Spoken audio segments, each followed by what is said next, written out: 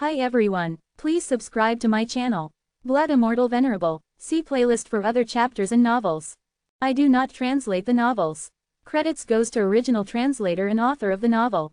I only make it as an audiobook so it would be easier to just listen while doing other things. Credits goes to the author of the novel. I convert stories to audiobook for mental health, for multitasking purpose, for accessibility and time saving. Listening to audiobook is also beneficial for people who have disability. It improves our listening skills and improve our English comprehension, vocabulary and other things. So, thank you for listening. Thank you and thank you very much for your support. Chapter 1321, Defensive Stance. Norvin had now lost 2 battles. At this moment, he had become exceptionally cautious. He didn't know the full depths of Zen's strength, however, he had already lost both battles in just one move, which had extinguished much of his previously cocky fighting spirit. At this moment, Norvin was no longer hoping for success. Of course, if he could win against Zen, that would be wonderful. But knowing that he might lose again, he could only hope that he wouldn't lose in a single move again, like he had in the previous 2 confrontations. So, the instant that he stepped onto the heaven-earth board again, he brought out his supreme divine weapon, that huge drum. Boom, boom, boom. The moment that he unleashed the mighty drum, it began to emit rhythmic sounds. The sounds of the reverberating drum were not created by Norvin hitting the drum, but they were the sounds of the beating heart inside the drum. As the sounds of the drum echoed forth, Norvin also let out a full-throated cry. The protective life vitality which wrapped Norvin's body also fluctuated in accordance to a predetermined rhythm, and it transformed into a layer of black scales that formed a shining armor, superimposed over his body. Magic glowing protection. This move would strengthen Norvin's defenses to the maximum. An ogre's body was already incomparably strong. After the magic glowing protection was applied, the degree of his body's brutality was now equal to that of those thick-skinned legendary beasts which were feared by most warriors. He would now be exceptionally difficult to beat. But even this was not enough. Boom, boom, boom, boom. Immediately following this, there was an urgent staccato of drumming. Magic glowing wind. With this, numerous, formless gales surrounded him, creating a living tornado. This was the fastest way to increase his speed. While Norvin was busy releasing these 2 skills, Zen calmly floated down from the black stone. This was the first time that Zen had battled in this stage of the illusion battlefield, and he was very curious about the heaven-earth board beneath his feet. A strangely vigorous look appeared in Zen's eyes the moment he set his feet on the board. It was unclear what the heaven-earth board was made of, but it emanated a feeling of being connected to the earth. It felt as if the mysterious girl had turned the 300 of them into living stones, and she was playing a game of Go against herself. The heaven-earth board was an imitation of their universe. Could it be that the universe evolved according to the outcomes of battles on this heaven-earth board? Zen's conjecture was indeed accurate. In truth, the Supreme Lords who were scattered all across the universe were also closely watching these warriors and the battles occurring on the heaven-earth board. Of course, they paid attention to their own descendants and the ace talents from their own forces. But they were more concerned about the battles between the variables and determinants. This Go game was predicative to events in the world of chaos. The mysterious girl used these battles as a means to make calculations. The Supreme Lords also viewed this as a chance to make their own calculations. If they could pierce the veil of the secrets of the heavens, they could discern some variables within their clan, and they might be able to turn the tide and even seize the chance to greatly improve themselves. Now, as an ogre ace talent, Norvin had continuously fought many times already. Moreover, from the very beginning, he had inexplicably provoked the human warriors. Perhaps, this was fate at work. The ogre race and the human race had never walked the same path, but Norvin was not brainless.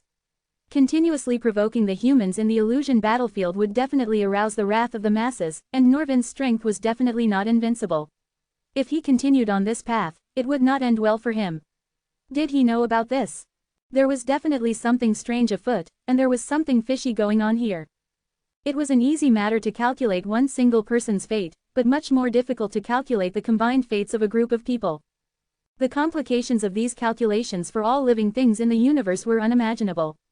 It might have presented a precise calculation, but even a tiny mistake could bring about a series of unexpected deviations. Many Supreme Lords seized this opportunity to come up with calculations as they observed the battles. And so they tried to make predictions not only for themselves, but also for their own races. Supreme Lord Matthias, an ogre Supreme Lord, was also watching the battles and making his calculations. Even if his own race's ace talent had been defeated again and again in one move, he was still focused on deducing the implications within this. Although he had not reached a conclusion yet, he had a faintly dire premonition that this did not bode well for the ogre race. He tried to make the calculations carefully and find countermeasures to deal with the unseen crisis lurking in the world of chaos. Zen stood where he was and judged the situation for a while before walking towards Norvin, who had taken enough time to prepare. Apparently, Zen was very confident in himself. Zen is going to attack his opponent, Rocher murmured. Fondly touching the long sword strapped to his back, he had a faint smile on his handsome face. Has the gap between us narrowed or widened? Can I win against him? Can I beat him? He pondered and hoped that there would be a chance for him to engage Zen in combat later. He was eager to find out what a fight between Zen and him would be like after so many years. He wasn't in a hurry, though. As long as he could win his battles in the meantime, sooner or later he would have a chance to duel with Zen. Zen, all the best. Margaret shouted. After she shouted this encouragement, her long eyelashes blinked twice, and she then changed her form of address. Honey, you can do it. As she yelled that, the faces of the ace talents and godly geniuses present all revealed a superlatively strange look. These warriors did not give credence to the private matters of others. They had not paid much attention to the intimate relationship which Margaret and Zen shared. They felt it strange because they had thought that the two warriors had only met here in the illusion battlefield and it was too soon for them to be so intimate. Ha ha, looking at the confused expressions on the faces of the warriors, Rocher couldn't help but laugh. Even the girl in pink turned to look at Margaret in bewilderment. However, her face was blurry and her expression remained indistinct. As for those in the outside world, the gathered warriors were also discussing this development among themselves. Is that woman Zen's wife? They both made it to the top 300. This is too strange to be a coincidence. Ah, Zen is so lucky. How can a country bumpkin that ascended from the lower world have such a beauty by his side?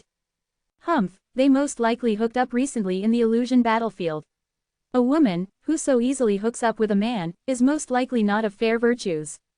Countless warriors were discussing this development. There were those who sighed, those who admired, and even those who despised the couple for it. When Preston heard Margaret's voice resonating from the illusion space, he immediately glanced over at Letitia. Letitia looked away and cursed in a darkly muttered voice, shameless. Preston felt a faint smile spread on his face. He had lived for so many years. How could he not understand this situation? Since even the Saint Lord of their sacred place was certain that Letitia was Zen's wife, then Margaret would most likely be his concubine. Also, from the looks of the situation, Zen might not even have told Letitia about Margaret. Zen, who was originally walking tall on the heaven-earth board, nearly staggered when he heard Margaret's intimate cry in front of the assembled audience. At this moment, he was only 300 feet away from Norvin, so he covered his distraction by speeding forward. The previous battles had set the tone of the contest, and Zen would not disappoint the audience by failing to beat his opponent. Nathan had used his palm strike to annihilate Norvin. The otherworldly swordsman had used his sword strike to hack Norvin to death. Zen was a pride man and didn't want to lag behind. With this sudden increase in speed, the dragon scale's power within his body began to rapidly effervesce. One used a palm strike, and one used a sword strike, then I shall kill him with one punch. Zen thought. Puff, puff, puff. The closer he drew to Norvin, the faster Zen moved. The dragon scale's power that continued to pour from his right fist became more majestic and intensified with killing intent. Do you think that Zen can also deal with Norvin in one move? No, I don't think so. Someone has already started to take bets.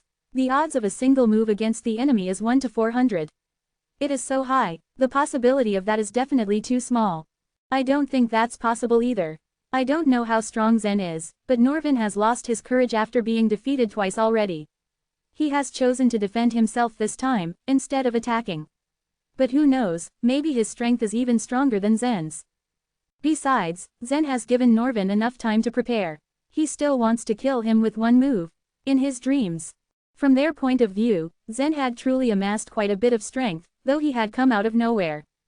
They thought he was only of roughly the same strength as a few ace talents from the large clans, but when compared to Nathan, Lawson, and Lucille, there still seemed to be a large gap.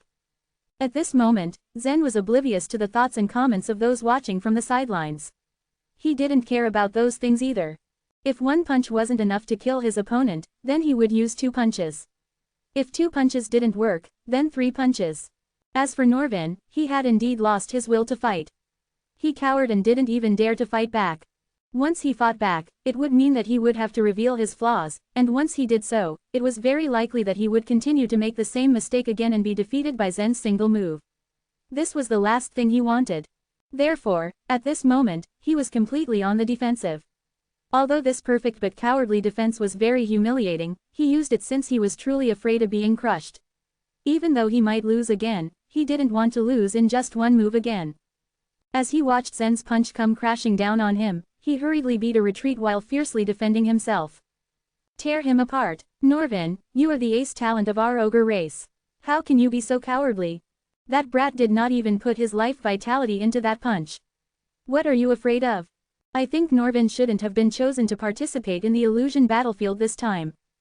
As this scene spread to the outside world, it made countless ogre warriors turn sour and restless, and they all angrily scolded Norvin. In the midst of these curses, Zen had already moved closer. No matter how fast Norvin retreated, he could never be faster than Zen. When Zen's similarly unremarkable punch broke through Norvin's defenses and landed on his arm, Norvin's expression changed. At this moment, Norvin didn't know who to curse anymore, and contemplating surrender, he could only curse the heavens for his misfortune. Chapter 13:22, Spear Strike. Truth be told, Norvin was not so weak. He was, after all, an ace talent of the ogre race. It was just that he had been too careless in the earlier two battles. He knew he was no match for Nathan in the first battle. But he didn't expect Nathan to kill him with just one palm strike. While in the second battle, his opponent was Lone, the not-so-famous otherworldly swordsman. Norvin had wanted to turn the tables around, but he was instantly killed by Lone with a single strike of his sword. Actually, if Norvin had adopted a defensive position and fled from his opponents as fast as he could in the previous two battles, he would not have been struck down by them with just one move. No doubt there was a gap between a godly genius and an ace talent, but not to such a huge extent. As Norvin had lost two battles, he was very cautious and he had laid down two defenses in a row. He cultivated both body and life vitality. The magic glowing protection belonged to the life vitality system. He used his life vitality to activate the large drum to form the magic glowing armor. He also used his forceful energy. It could be said that it was the perfect combination of forceful energy and life vitality. The outer layer of the magic glowing armor was tough, and the inner layer was hard as well. An ordinary warrior would not be able to penetrate it. However, Norvin was unable to showcase its full potential. This time, all of the ace talents and godly geniuses had taken the best treasures of their races into the illusion battlefield. The giant drum that Norvin had taken with him was one such treasure. It was called the Magic Spirit Drum.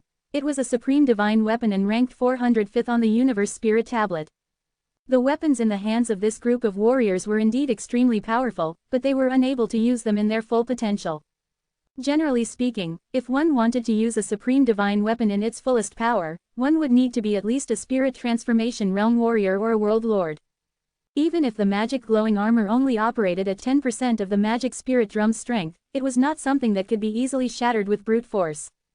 With the armor in his possession, Norvin believed that Zen would not be able to break his defense using just his bare fists. If he was to be killed 3 times in a row by human warriors, it was undoubtedly a great humiliation to this ogre ace talent. He would rather commit suicide. Only by killing himself. In front of the ogre ancestor statue could he atone and wash away the shame he had brought to the ogres. When he felt the aura from within the magic glowing armor, Zen became serious. He was pondering over what would happen after his punch. The power of this punch was formidable, and it might smash open the magic glowing armor. However, when faced with the armor created by a supreme divine weapon, Zen needed at least twice his current strength to kill Norvin with his bare fists. It was a good thing that Norvin had taken the defensive stance. To put it bluntly, he was a sitting duck. In this sort of situation, Zen had many ways to kill him. Killing him by relying on brute force alone was not an impossible feat. However, physical strength was one of Zen's trump cards. It would not be worth exposing his trump card just to kill Norvin. So Zen made up his mind in that instant to kill him in another way. Before the fist could collide with Norvin, it changed form. Zen opened his fist, and at the same time, a long spear shot out from his space ring. Only half of the saint-killing spear shot out, while the other half was still within his space ring. But he had grasped it firmly. As soon as he gripped the spear, Zen infused chaotic energy into it. The saint-killing spear was not Zen's weapon. On the one hand, he was not familiar with using this spear, and on the other hand, he had no way to fully utilize its true power. Only Lavender had the ability to completely activate the spear in the entire universe. However, the saint-killing spear was still a supreme divine weapon with unimaginable power. Zen might not be able to fully comprehend its ingenuity, nor had he ever understood the spear intent. But using this weapon at this stage would allow him to be a tiger with wings. At the very least, he would be able to use it to kill his opponent with ease, and at the same time, keep his trump card hidden. Shadowy spin, he commanded. If the distance between him and Norvin was too great, it would be difficult for Zen to get him despite using the shadowy spin. Although Norvin was an ogre warrior, he also cultivated both body and life vitality. And that was not all, his life vitality system specialized in the wind law. He wasn't slow. He had thought that Zen was going to punch him with his bare fist. But when he thought the fist was about to land on him, Zen changed tactics and drew the saint-killing spear from his space ring. In the blink of an eye, he had activated the shadowy spin and the spear shadow shot towards Norvin. Whoosh! The saint-killing spear wasn't the best supreme divine weapon in the universe, but in terms of destructive power, there was probably no other weapon that could surpass it. No one in the entire universe would be willing to go head-to-head with the saint-killing spear. And Norvin didn't want to do it either. So, he could only watch helplessly as Zen changed his strategy. He saw Zen draw half the spear from his space ring. Even so, the power that was radiating from the spear left him aghast. He cheated me, a thought popped in his mind. But in a fight between warriors, victory was the most important. There were no rules against playing tricks. As the saying went, all is fair in love and war. Besides, he had been tricked so well that he could only blame himself for being a fool and not anticipating it. He couldn't blame Zen for any foul play. He had made himself an easy target without any intent to fight. Now he couldn't blame the others. The shadowy spin was like a gigantic crocodile, devouring everything in its path. Although Zen wasn't adept at using the spear, it originally had its own martial skills. He only needed to use the chaotic energy to activate the spear. When the shadowy spin got activated by the chaotic energy instead of life vitality, it became more powerful. This was truly a surprising turn of events. The magic glowing armor was abnormally tough, such that no ordinary weapons, or even ordinary laws of causality, would be able to penetrate it. However, this same armor was unable to block the giant spear shadow. Swoosh! The spear shadow pierced through Norvin. Norvin was defeated at last. He was killed with a single move. Technically speaking, it could be considered two moves. Zen's punch was considered a move.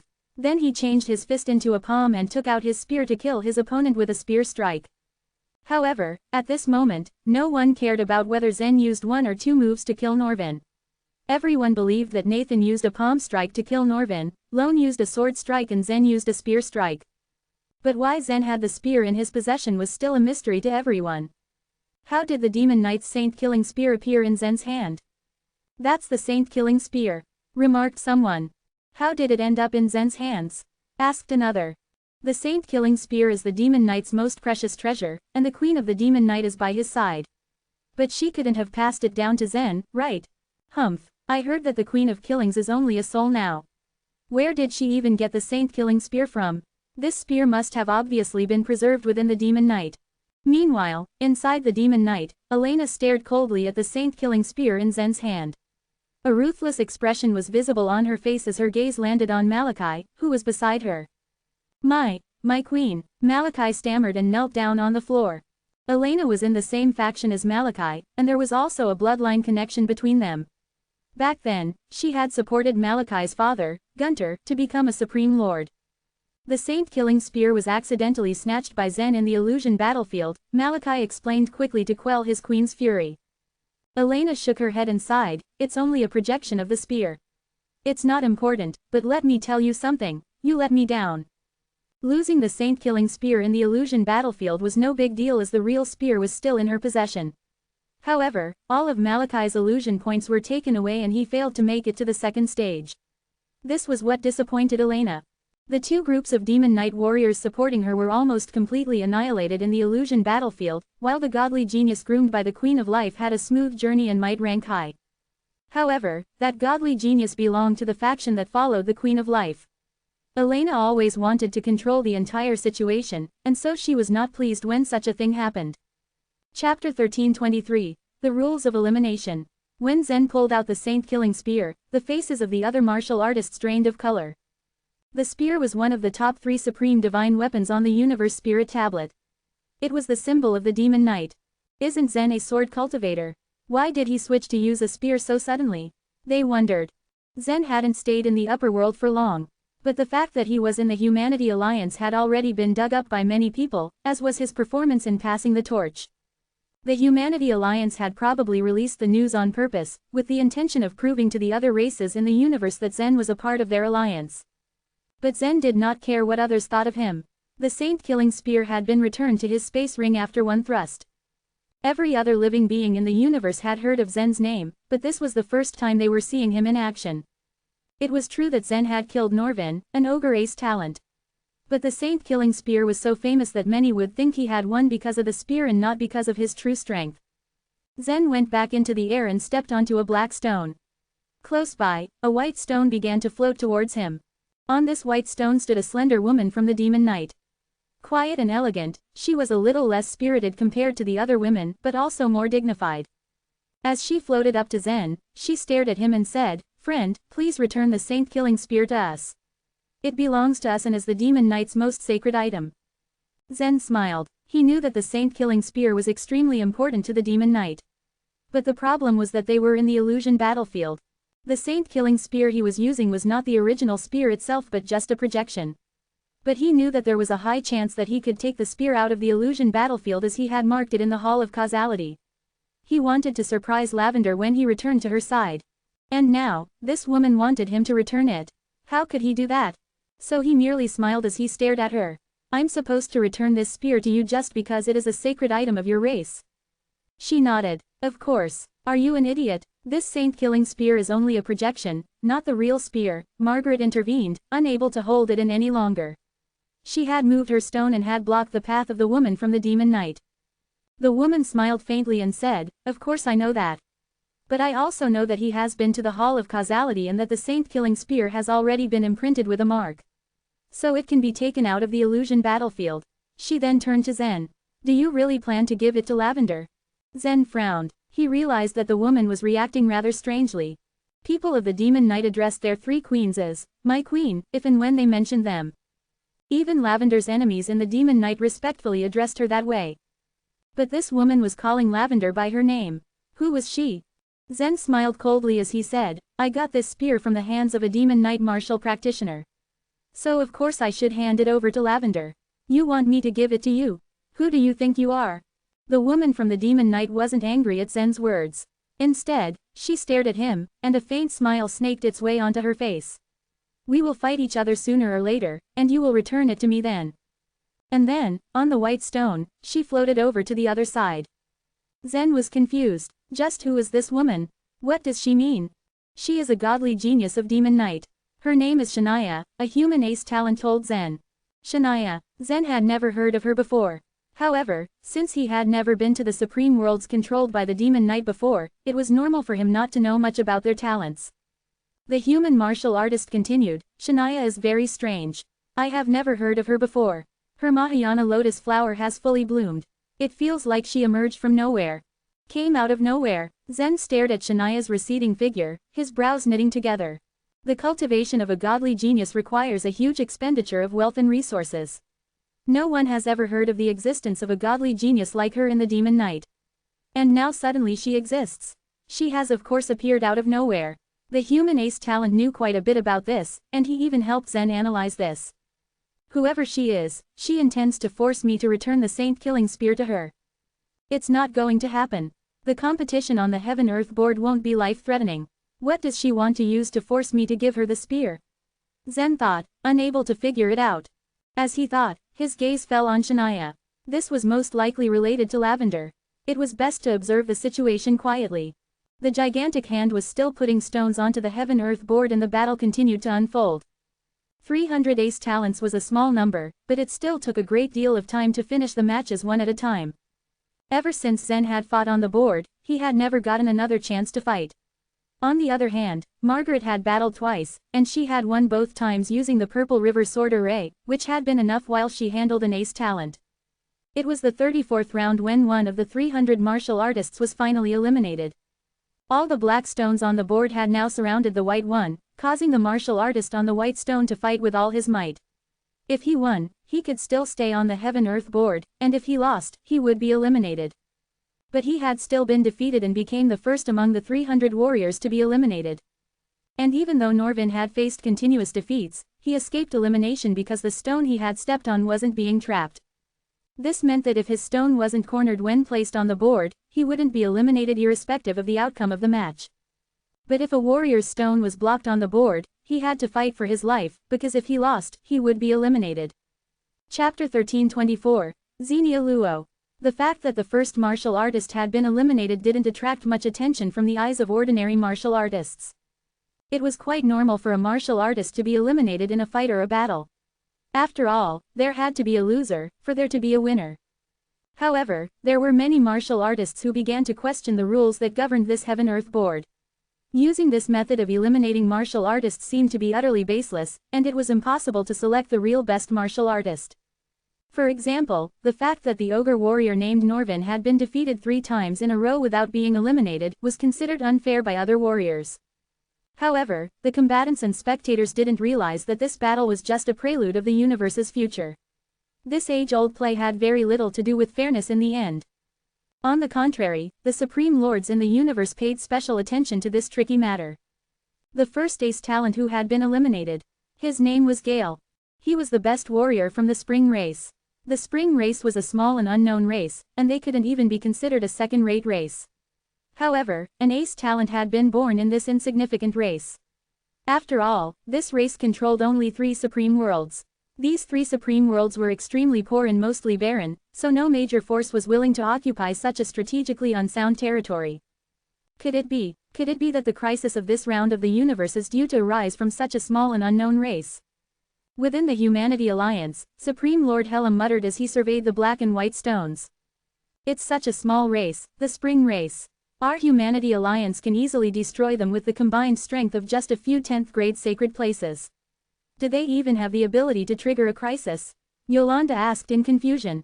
Supreme Lord Helm smiled and said, this kind of small race is nothing to fear, but they may not have the ability to initiate a crisis, but a crisis might break out from their side in any case. How would this crisis then happen? So far, no one had an inkling how it would happen.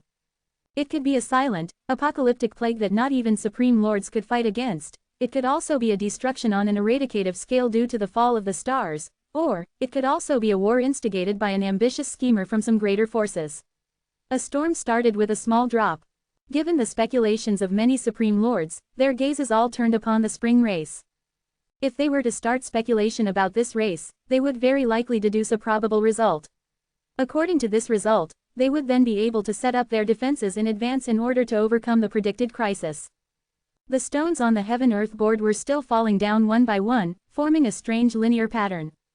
The white stones, which were definite, seemed to have a stable basis, and they already occupied a large area on the board.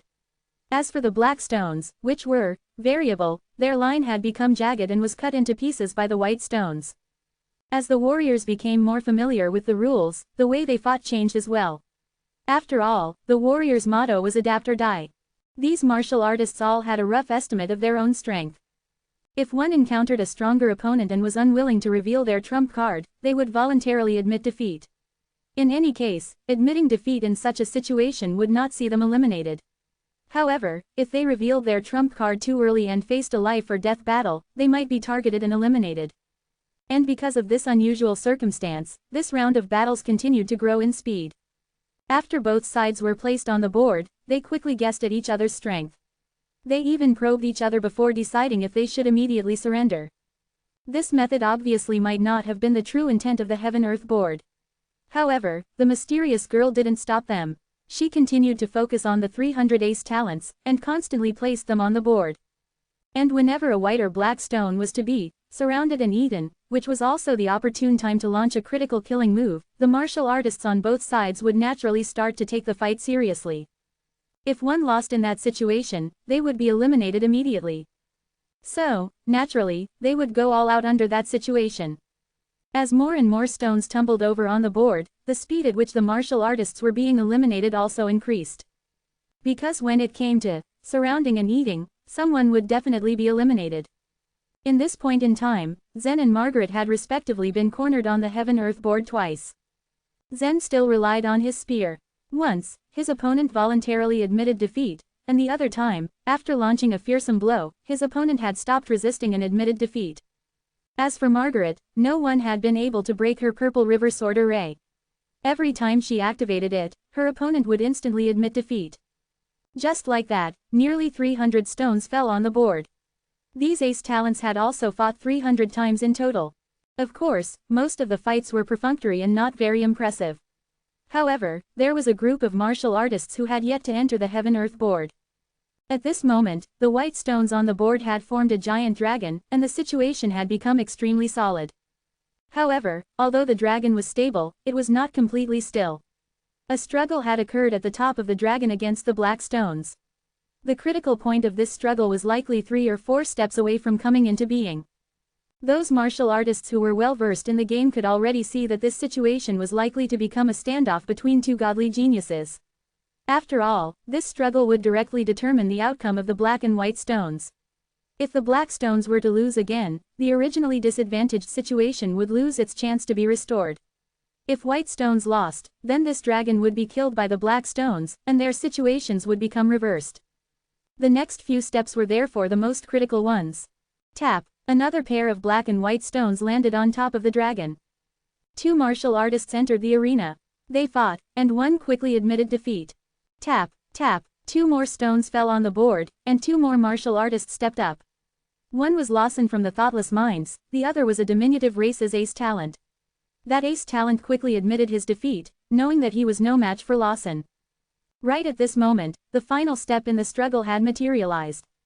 Zen's eyes flickered when he noticed the situation on the board. These 2 steps were particularly crucial in triggering the appearance of the conflict. Moreover, this was a life and death situation. The loser would be eliminated if the dragon was slain. Then who would be the martial artists that were chosen? Most of the warriors in the game were masters of strategy, and they could see that the mysterious girl was not skilled at this game. Everyone was holding their breath because they knew that whoever was chosen to the heaven-earth board faced the strong possibility of being eliminated, and at this level of the game, the opponent they would meet would not be at all weak. Whoosh! A lily-white hand grabbed hold of a violet-haired woman. She was Xenia Luo from the Celestial Position race. Zen was not familiar with this woman, and he had never had occasion to visit the Celestial Positions worlds before. Although, once the old leader had sent someone to ask him to go there, Zen had been unable to do so at that time. But this Xenia had been held down to the board twice, and her 2 opponents both immediately admitted defeat. Hearing the introduction from the others, Zen realized that this warrior was a godly genius of the Celestial Position race. There were about 9 warriors of the Celestial Position who had slaughtered their way into the top 300 rankings. Furthermore, the Celestial Position race had 2 godly geniuses. One was Xenia, and the other was Carl. The godly genius entered the arena. Many of the martial artists had a dignified bearing and focused expression on their faces. This was a battle between life and death. No one was willing to be eliminated. If they conceded, they would also be eliminated. Who would be willing to duel a godly genius at this time? Therefore, the vast majority of the assembled martial artists were praying in their hearts, praying that they wouldn't be chosen to enter the arena for this duel. After the godly genius of the Celestial Position was cast onto the board, the hand hovered over Zen. Seeing the intention of the hand, Zen's eyebrows twitched. It's me. However, with an index finger extended, the hand ultimately went directly over Zen's head and grabbed a warrior not too far away from him, Rocher.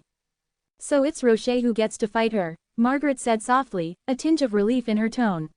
No one wanted to duel against a godly genius and face the real possibility of being eliminated. Rocher. Zen's brow creased slightly. This was not good news. He knew that the increase in Rocher's strength had already caused a qualitative change, but he wasn't sure if it was enough to win victory for Rocher. Those godly geniuses, although they were also Soul Sea Realm warriors, had completed the full bloom of their Mahayana lotus flowers. If they did not die, they would have a high chance of becoming true gods. And most importantly, they had already begun to comprehend the godly way, so their understanding and use of the godly way were far superior to normal warriors. If Rocher were to face Xenia, the odds were heavily stacked against him. When Rocher saw the concerned expression on Zen's face, he smiled at Zen before his black stone was held down to the board. He was still indifferent, confident, and full of the heroic spirit of a true warrior. And at this very moment, a flurry of conversation erupted from one of the 10th grade sacred places of the thoughtless minds. Rocher had ascended to a 10th grade sacred place of the thoughtless minds, and thus he had become the hope of this sacred place. Never in his dreams had their Saint Lord ever imagined that a martial artist, who came from this sacred place, would actually be able to stand within the top 300. The entire thoughtless minds was subject to the rule of the 4 great clans, while their 10th grade sacred places were merely subordinate to the 4 great clans. The warriors who had qualified to enter the top 300 were the ace talents and godly geniuses of the big clans, while the rest of the ace talents of the 10th grade sacred places had failed completely. However, Rocher was the only exception. Chapter 1325, Fighting Without the Sword. The Saint Lord of the sacred place was overjoyed when Rocher made it into the top 10,000. As a great power of the human race, the thoughtless minds was actually 4 large divine kingdoms, and the 4 great clans acted as its emperors. The sacred places under its command were considered to be subjects of the 4 clans. The thoughtless minds was completely different from the Humanity Alliance in terms of structure. And because of this, the 4 great clans would be given all the resources and they would then allocate these resources. The fact that this 10th grade sacred place had cultivated a talent who was now in the top 10,000 was completely beyond the Saint Lord's expectations. He would be able to take advantage of this fact to obtain more resources and rewards from the 4 great clans. But they had never expected Rocher to improve his ranking once he became one of the top 10,000 warriors. He had succeeded in entering the 2nd stage. And then, at last, he entered the final stage, becoming one of the participants battling on the Heaven-Earth board. This brought joy to many warriors of the 10th grade sacred place. It even attracted the attention of the Saint Lords of 2 other 10th grade sacred places. It was a pity that the black stone under Rocher's feet had not been moved onto the board yet. This made them increasingly anxious and they wanted now more than ever to watch him battle. What they hadn't expected was that Rocher would get onto the board at this critical moment. If he was defeated at this time, he would be eliminated immediately. They had also not expected that Xenia would be Rocher's opponent. Xenia was the star of the celestial position, born within thunder and lightning. All of the ace talents present were legendary figures. And Xenia's background was especially exceptionally miraculous. The mysterious Thunder World, one of the many worlds in the universe, was filled with the violent power of thunder. And no one had set foot there in all these years. It wasn't because they were afraid of the thunder. In fact, the more strange and dangerous a place was, the more likely one would get a great opportunity. There were often countless warriors who went to such places to find opportunities and train to become stronger. The Divine Flame World was one of such places. This world was not suitable for living, but many warriors would risk their lives to enter it and obtain secret treasures. The risks were often proportional to returns. The mysterious Thunder World, on the other hand, was special because of the fact that a mysterious thunder beast was sealed within it. It was said that about 80 million years ago, 6 Supreme Lords had joined forces to seal this mysterious thunder beast in, relying on a Supreme Lord's heavenly destiny, the heavenly destiny of sealing. It was precisely because of the existence of this seal that no one could now get into the mysterious Thunder World. But the seal had been broken 22 years ago. The heavenly destiny of sealing was usually arranged based on the heavens' rules. In theory, this seal was the strongest in the entire universe.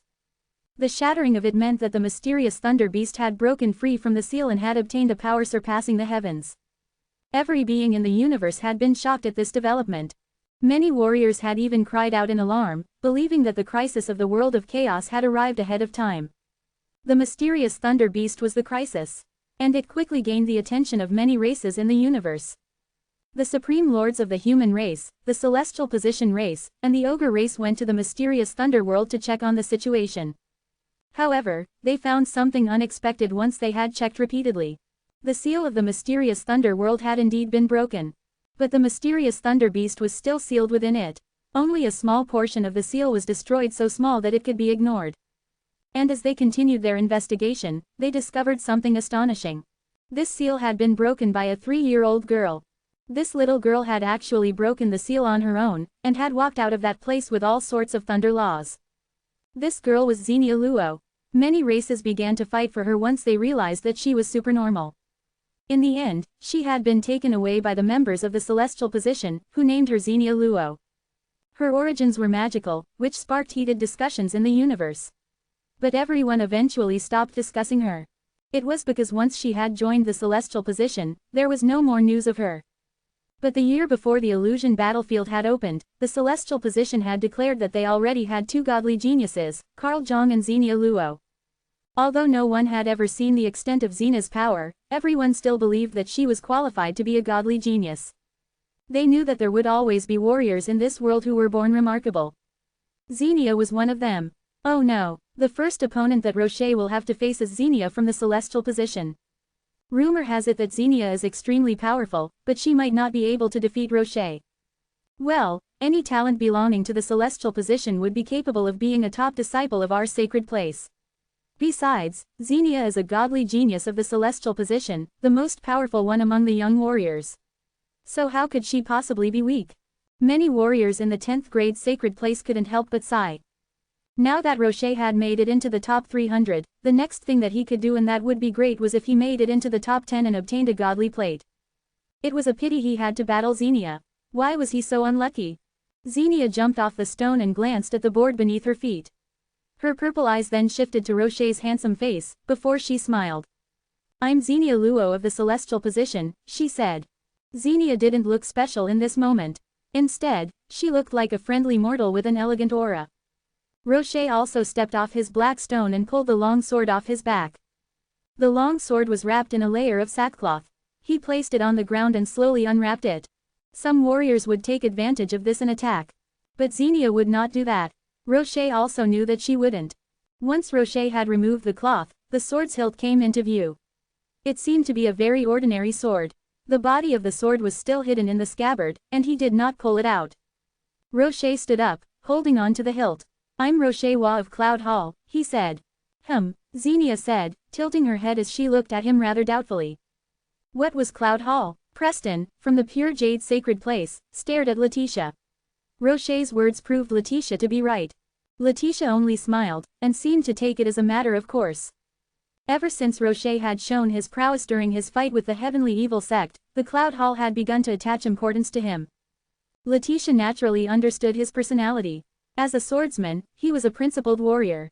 He had never separated from the Cloud Hall, and had always been a member of the Cloud Hall. Letitia had secretly observed Rocher back then. If there weren't any big surprises, he would be promoted to the position of hall leader once his cultivation base was high enough. But Rocher's ambitions were not limited to the Cloud Hall or even the central region. He had even greater ambitions. Rocher had disappeared since he had left the central region. It was only after Letitia had flown into the upper world that she came to know that Rocher had actually ascended to the upper world, and that he possessed such powerful strength. At Rocher's reply, the warriors of the 10th grade sacred place of the thoughtless minds erupted into a discontented chaos. But their dissatisfaction wasn't of great importance. The help they had extended to Rocher hadn't been great. They had just let him use their ascending passageway. Rocher ignored Xenia's confused gaze. With one hand on the scabbard, he slowly drew the sword out, revealing the snow-white blade. "I'm not going to use this sword to fight you," he said. Rocher then stopped unsheathing his sword before smiling. "If you have the strength, you can force me to unsheath my sword to resist you." Everyone was stunned. Judging from his words, Rocher didn't plan on drawing his sword even while fighting Xenia. He proved it by sliding the sword back into the scabbard. But he was facing a godly genius, not an ordinary warrior. And Xenia was the godly genius of the celestial position. Why is this guy so confident, and how does he dare say those words to Xenia? What on earth is the Cloud Hall? What kind of a force is it? There seems to be no such force in the universe. This fellow will be in great trouble. I'm afraid that Xenia will torture him to death. Every warrior in the universe who was witnessing this scene thought Rocher to be crazy. Chapter 1326. Ultimate Sword Intent. After hearing what Rocher said, many martial artists thought that he was quite arrogant. However, Zen simply smiled and nodded. After all, he was no stranger to Rocher's personality. Rocher was not an arrogant person. Since he said so, he must be self-confident. While a godly genius was definitely a powerful being, there was no set rule that said that godly geniuses were truly invincible beings. Being a godly genius just meant that one could follow a godly way and comprehend the great internal momentum within it. Although the internal momentum was highly powerful and had surpassed the heavens' limits, it didn't mean that it couldn't be broken. Rocher was already this confident even when he was still at the nature level. Zen just didn't expect that he would still be the same until now.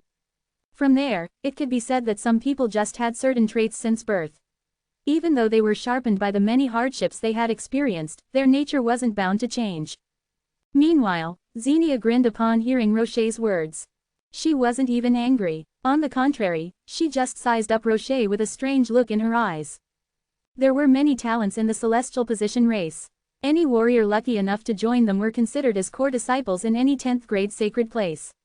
However, they were actually just like a lion's tail in the celestial position itself. Xenia had never sparred with martial artists of her same generation. Still, the warriors from the same generation as her in the celestial position were always wary of her. It could be said that their cautiousness had a hint of fear. She hated that look. Xenia understood her own background growing up. She already looked strong on the outside, and she had even gotten the golden title of Rakshasa of the celestial position to boot. Yet, she knew deep inside that everyone else around her thought of her as a monster. Their seriousness and politeness combined with estrangement made it difficult for her to be close to others. Therefore, her master was her only companion as she grew up. Then there was an endless sea of loneliness. This girl had been surviving alone in a short span of 20 years, but deep inside she yearned for normal friendship from everyone else. She even wished that she was an ordinary person instead. If she was an ordinary girl, she'd grow up in a boudoir, have loving parents, maybe even marry a loyal and diligent person and live a simple, short life. However, her fate was destined to be different since the very beginning. No one spoke to her after she was sent to the celestial position race, so they put her in the thunderstorm space of the celestial position. There she received the endless support of the holy thunder and lightning, and grew alone with them. If it had been any other warrior who had heard Rocher's words, they would simply scoff at him and think that it was nobody's fault for eliminating him since he didn't plan on drawing out his sword. Yet, Xenia was different. Her fan-like lashes fluttered, and she looked extremely interested. She quickly smiled and said, "Seriously? Looks like you want me to force you to draw your sword. That sounds interesting." Rocher was slightly startled as well when he heard Xenia's unexpected answer. He thought that it shouldn't be considered interesting. However, he still waved the scabbard lightly. "You can make your move now," he said flatly. "All right." With a vigorous nod of her head and a fiery glint in her eyes, Xenia charged forward. Crack! The lightning bolt crackled loudly as her long purple hair suddenly became straight, and lashed out wildly like a beast's mane. At the same time, the lightning around Xenia surged forth like liquid. It appeared that the lightning was golden. The lightning bolts slowly intertwined with each other until they formed a book page that was as tall as a person. Just then, the page of thunder revealed a highly powerful internal momentum, the internal momentum of the thunderstorm godly way. Some of the martial artists who watched nearby felt a chill down their spine from the intimidating internal momentum of the thunderstorm godly way. Meanwhile, Zen's gaze froze all of a sudden and his eyelids began to twitch violently. This is the page of the Sanskrit. Back then when the Cyan Dragon had just awakened, he had communicated with Zen and affirmed that Zen's body was most likely the only one of its kind in the entire universe. However, the Cyan Dragon didn't say why. After that brief exchange, Zen gradually realized that the formation of his weapon body back then was perhaps not because of the Divine Flame Cauldron. It was no doubt that the Divine Flame Cauldron was a special cauldron that was passed down to the lower world, and its divine flame had been a great help to Zen. However, what truly created him was the page of the Sanskrit. Whenever Zen received the training of the fire, the Sanskrit always turned into countless golden vortexes to help him absorb the fire's power and forge himself. It was only through this process of absorption and forging that Zen had reached his current level. But where did the golden page of the Sanskrit come from? Why did it have such an effect? Zen had no way of knowing and he couldn't get anything out of the Cyan Dragon. Zen glanced at the golden page that was formed from the golden thunder and lightning in front of him. It looked extremely similar to the page he had absorbed back then. "This woman also owns a page like this, but her page is formed from lightning," Zen muttered. His gaze was fixated on the page as his irises flickered constantly. If there was a chance, he would naturally think of a way to investigate it. However, the battle between her and Rocher was a battle of elimination, where only one person should remain. If she lost, Zen would have to make a trip to the celestial position race. "The internal momentum is so powerful," Nathan commented. Even an aloof person such as he had looked serious when he had felt the power of the internal momentum. Nathan was a master of great skill, and the godly way he cultivated was very special. He didn't even look this serious when he had faced several other godly geniuses. One blow. Humph. That human martial artist shouldn't be able to withstand a single move from Xenia. That guy is probably the same as Norvin from the ogre race. He just wants to boast of his strength, regardless of whether he will win or not. Unfortunately, he is destined to be defeated in the end. Bragging about this sort of thing won't benefit him in any way. The endless negative chatter continued, as many warriors shared the same opinion about him. Xenia slowly walked towards the page of the Sanskrit, which stood like a door in front of her. All of the Sanskrit words draped themselves around her like a curtain as she walked past. The only difference was while curtain fabric slid sideways, the Sanskrit words were stuck to her body. Buzz. On the other hand, Zen's Sanskrit words had turned into golden vortexes. Xenia's Sanskrit released fine bolts of lightning, which spread like a spider's web around her face, neck, and body. Soon enough, Xenia smiled warmly at Rocher. She slightly lifted her arm, extended a forefinger towards him, then pointed it towards the ground. Crack, 10 directions, lightning annihilation. Her lips curved into a smile again after she spoke and said, "If you don't pull out the sword now, I'm afraid you won't have another chance." Her words were followed by numerous purple thunderbolts that appeared continuously on the heaven-earth board. The thunderbolts looked powerful enough to destroy the whole world, and they rapidly charged towards Rocher all at once. However, there was no fear in Rocher's eyes as he faced the incoming thunderbolts head-on. He simply stabbed the sword in the ground. "Your thunder law is very strong, and the power of your internal momentum is already beyond the power that exists in this universe," Rocher said.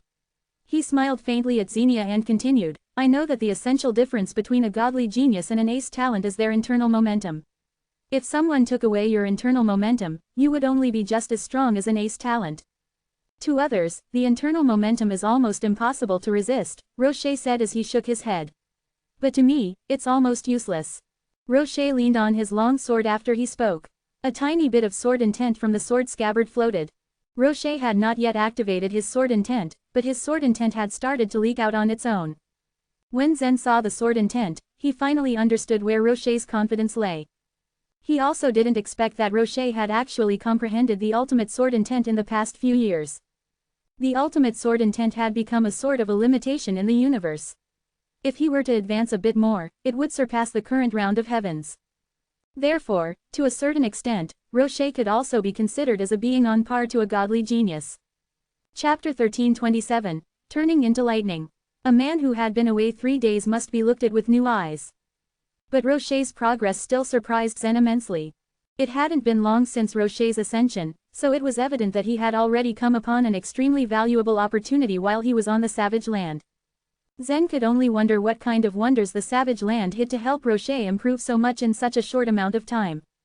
Zen was not able to cultivate his sword intent to the perfection even after crossing the Hall of Causality and practicing his sword strikes with Supreme Lord Sword for a long time.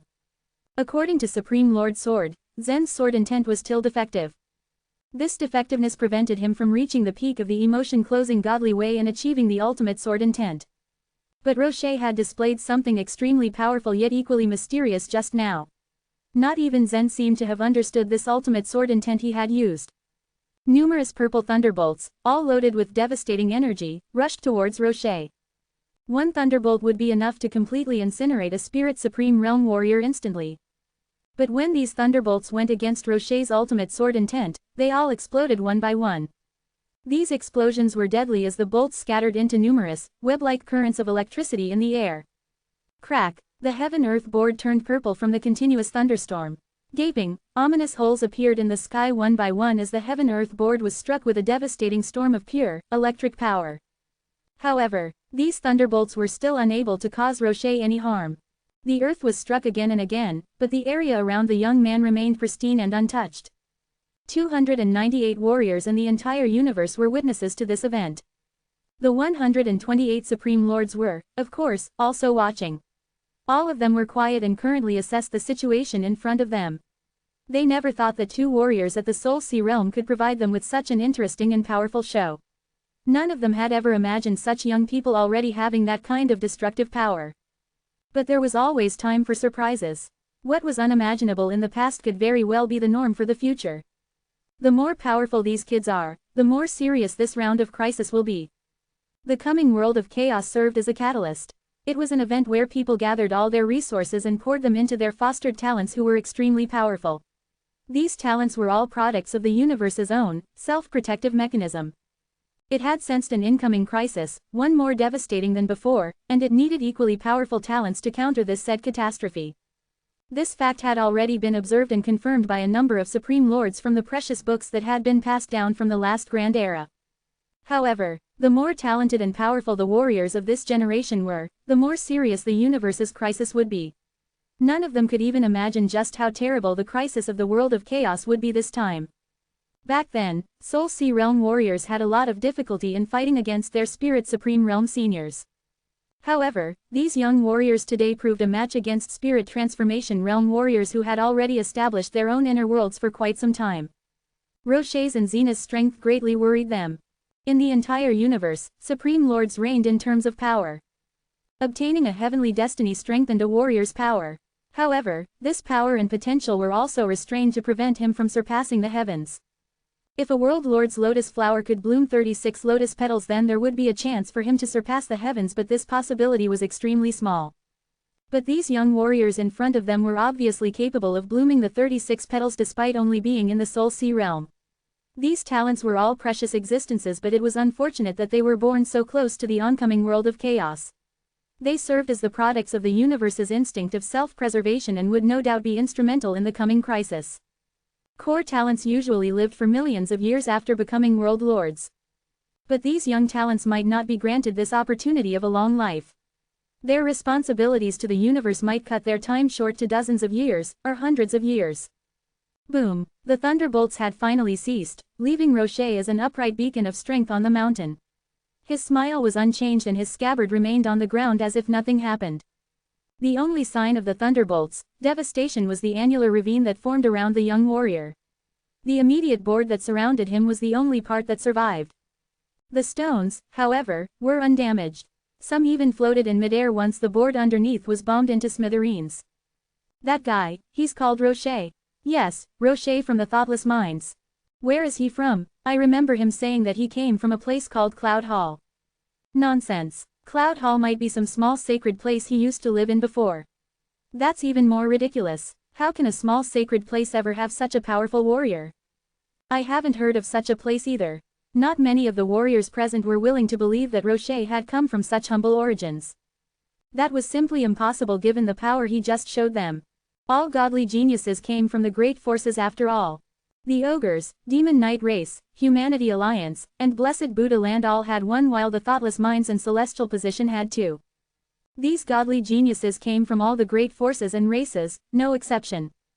Why? Simply because small forces and sacred places lack the resources needed to foster great warriors in their ranks. A gifted warrior with the capacity to become a godly genius would never realize his full potential in a small force due to a lack of resources. He would, at most, be an ace talent or even a common core talent. All things built for greatness must have a strong foundation. The Saint Lord of the 10th grade sacred place to which Rocher ascended was currently ecstatic. Even if the young man told others that he came from a place called Cloud Hall, the fact remained that he still ascended to his sacred place. Rocher's power now seemed to have surpassed a normal ace talents and might actually even be on par with a godly genius.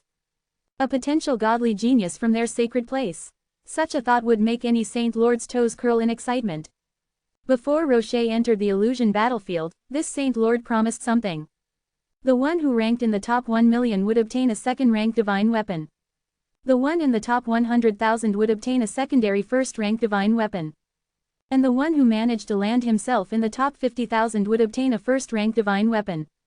This Saint Lord's cultivation was only of a world lord, and he himself had never owned a supreme divine weapon, so he could only offer these things. Truth be told, he never really expected any of his warriors to be able to enter the top 50,000. He was currently at a loss on how to give Rocher what was promised. Where in the world was he going to find a treasure more precious than a first-rank divine weapon? However, he knew that as soon as the young man came back from the illusion battlefield, the 4 clans would most definitely come knocking. The Saint Lord evidently overestimated the 4 clans' patience. Why wait for Rocher to come back? All 4, the Zhan Yuan clan where Nathan came from, the Ji clan where Lucille came from, another Ji clan where Janet came from, and the Lai clan where Lawson came from, had already sent their respective groups to the 10th grade sacred place. Each of them sent a total of 3 groups. The first groups were sent when Rocher entered the top 2,500. Rocher was a precious pearl and all of them were eager to recruit him in their ranks. Shocked was an understatement once they witnessed this young man's abilities. They were absolutely floored at Rocher's abilities. Recruiting him was definitely not going to be an easy task. Thus, they all realized that the earlier groups they sent wouldn't suffice. How could they ever hope to compete with the other clans in getting this prime talent if they sent in their weak underlings? This was why they sent in the second, stronger groups, far more superior than those dispatched earlier.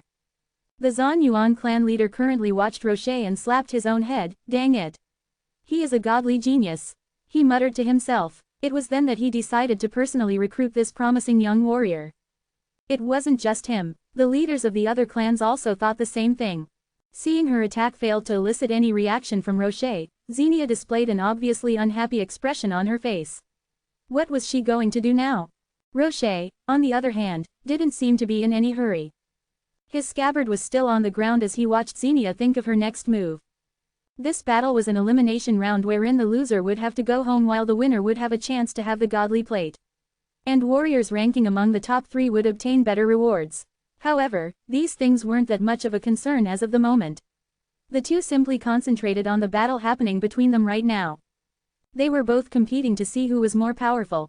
Both of them refused to rely on any underhanded tricks or schemes to ensure that they both fought with fairness. That was the only way either of them could be convinced of the oncoming result. Xenia stood there thinking for a while before eventually straightening up and looking at Rocher with a determined expression. All right. Let me try this. She held out her palm towards Rocher. There was a brief flash of light as bolts of lightning erupted from each finger. The electric current was like a deadly extension to each of her fingernails. The lightning bolts also connected to each other, spreading over her hand like a webbed electric flipper. Soon enough, her fingers began to transform into electricity itself. Then her arm, her shoulders, until her entire body was a pulsing, crackling, lightning bolt. Xenia's blood and flesh were nowhere to be found. Rocher's opponent was now pure electricity. He could barely make out a face and body from the electric current. Right now, no one could tell whether Xenia was a high-level law creature of the Thunder Law or a warrior. Chapter 1328, Flashing Step. As a Thunder Law beginner, one had to release life vitality into the weapon and shoot it at the enemy.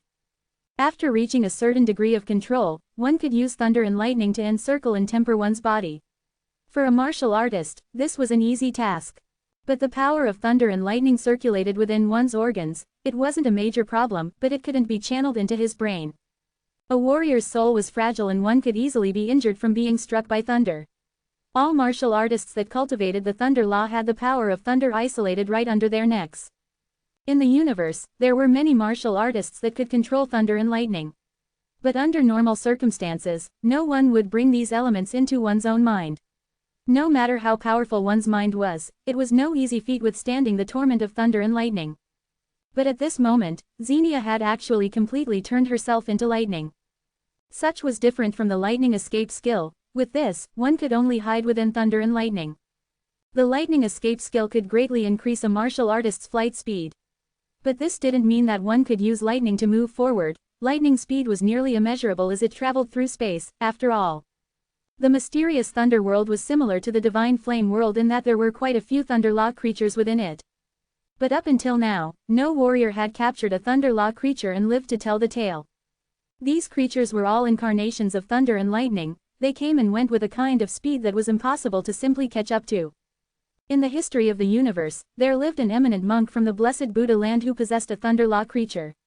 It was said that this creature wasn't captured. The eminent monk used a Buddhist doctrine to transform it into his mount. Since this Xenia has completely turned herself into lightning, wouldn't that mean she also possesses instantaneous speed? If it's really as fast as lightning, it's simply impossible to react to.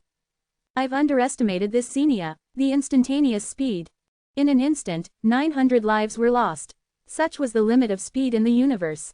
Whether it was light or thunder, all were bound by this limit.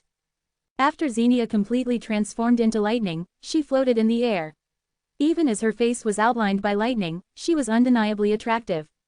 Here I am. Just as she spoke her last word, everyone saw a flash of lightning. A streak of long and narrow purple lightning bolts turned into a dragon extending across the heaven-earth board. It penetrated Rocher's body and arrived at the other end of the board. This speed already exceeded the limit of what anyone's eyes could see. Crack! Sound traveled countless times slower than lightning. At this moment, everyone heard a crisp sound of thunder approaching.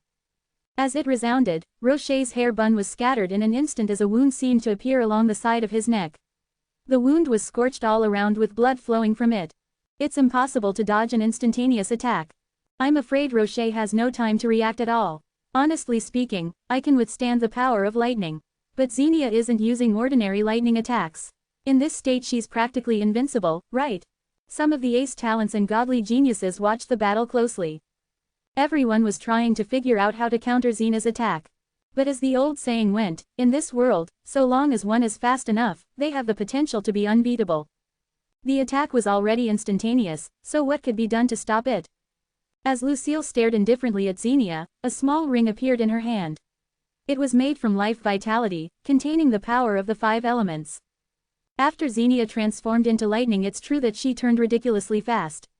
But I can use the power of the 5 elements to restrain her. But it won't be easy, she murmured. Lucille was the most powerful of the ace talents. Unlike the others, she had trained in the 5 elements godly way from the very beginning. Although she didn't have the internal momentum, she had also comprehended almost all the 5 elements godly way. Like Zen, she was merely a step away from the godly way. I did not use my full strength just now. After turning into lightning, Xenia's voice seemed to come from a distant space. Next time, she continued, if you still refuse to draw your sword, you really won't stand a chance. You won't be able to catch up with me. Even pulling out your sword right now won't change anything. The faint smile on Rocher's face disappeared, replaced by an incomparably serious expression. The instantaneous speed, it's truly fast.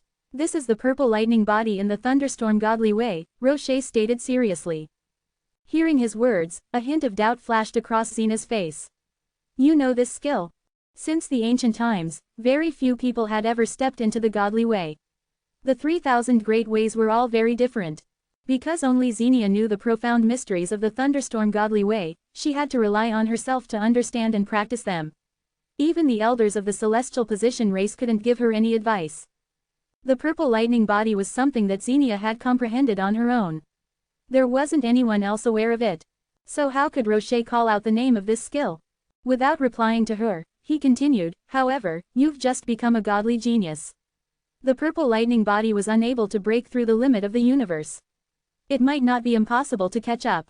Once the words left his mouth, the crowd was in an uproar, thinking that Rocher had gone mad. Others might not have been able to recognize the purple lightning body, but after Xenia transformed into lightning, her speed was undeniable. Her flesh and blood turned into pure lightning, she had reached an instantaneous level of speed. And there was one who actually said he could catch up. Unless Rocher could turn into lightning as well, it seemed impossible. At this moment, Zen's eyes were brimming with curiosity. He wondered what Rocher would do to counter Xenia's attack. But you do possess the power to make me pull out my sword, Rocher said as he placed his left hand on the sword sheath and pulled it to his waist. His right hand gripped the sword hilt as he slightly bent his body. Though the weapon wasn't drawn, seeing Rocher's actions, Xenia put on a blossoming smile. Very good then, it's over for you now. If Rocher didn't make a move to draw his sword, Xenia would have been left disappointed, even if she managed to defeat him. Now that she saw how Rocher was willing to fight her with his full strength, she was satisfied. She wanted to make him admit defeat wholeheartedly. A streak of lightning suddenly flashed on the heaven-earth board. But she didn't rush at Rocher immediately. Instead, she kept flashing along the board. Each of her flashes left behind a purple streak in the crowd's eyes. Soon after, thunder rumbled. Xenia charged left and right, still not directly at Rocher. She can finish him off in a single move. Why is she stalling? Why do I feel like she's afraid to strike? How is this possible? The posture he's taking is the most basic sword drawing skill. It's fast, but how fast could it really be? The crowd was filled with doubt. In truth, even Xenia, who had turned into lightning and was flying back and forth at high speed, was put in despair. A strange feeling overcame her. With her current speed, Rocher couldn't even see her clearly. But from the very beginning, she had a strange feeling that Rocher was watching her closely. No matter how fast she was, this guy's gaze would always catch up to her. Feeling a hint of danger, she didn't rush up to end the battle immediately. But as she flew above the board, she could feel his gaze boring through her somehow, even from behind him. This gaze caused Xenia to feel somewhat uneasy and uncomfortable. Crack, crack, crack. As she continued to fly, Xenia also felt a trace of frustration. The purple lightning body also consumed a great deal of life vitality. she still needed life vitality to support her every movement. The sea of life vitality in her body was like a receding tide, rapidly decreasing. A decision had to be made quickly. With this thought, she suddenly made 3 moves on the heaven-earth board. 3 purple streaks of lightning then formed a triangle, trapping Rocher within. But she didn't rush to him from the front. Instead, she flew behind him, traveling through the air before pouncing onto the back of his head. Crack! Rocher could have easily been killed in an instant. But at this moment, he drew the sword in his hand. A faint radiance was emitted from under his feet. As he stepped out of that radiance, a snow-white sword light flashed out from his hand. Flashing. Step. Chapter 1329, Expectation. At this point, Rocher took a single step to the side. Obviously, Rocher could not turn himself into lightning, so he could not move as fast as Xenia on the heaven-earth board like lightning. While this might be true, he did not need to move like that. He merely needed to take one step. And that particular step was remarkably known as the flashing step. I'm standing on the light and walking in the flashing step. As he giddily chanted, the speed of his step had already surpassed the speed of the lightning. By utilizing this single step alone, he successfully dodged Xenia's attack in a matter of just a split second. The two of them swiftly passed by each other, seemingly without a pause. If the time could freeze right now, people would not only see Xenia's stunned expression, but they would also discern that her finger was only a step away from Rocher. But since the speed of the purple lightning body had reached its limit, even it was Xenia, she couldn't change her direction in time. Because her thought could not catch up with her lightning speed, she could only move straightly and was unable to turn quickly. Consequently, Rocher could deduce Xenia's position ahead of time. He surmised she would definitely move in a straight line. And if he was not fast enough to strike, it would be all in vain. Because in a split second, Xenia would not limit herself to turn and dodge in another direction. Luckily, Rocher's sword strike was also faster than lightning. Flashing strike. In the entire universe, there were only a few people who were able to distinguish clearly Rocher's counterattack. Most of them merely caught a flash, while some could not differentiate distinctly whether that flash was a sword light or something else. Unbeknown to all spectators, a Supreme Lord who hid hundreds of thousands of feet underground raised his eyebrows in awe as he observed the scene. This Supreme Lord was Supreme Lord Leroy. He was the Supreme Lord of the Demon Knight, who owned a pair of sharp eyes like an eagle and ears that perched up a little too high, making them look quite animated.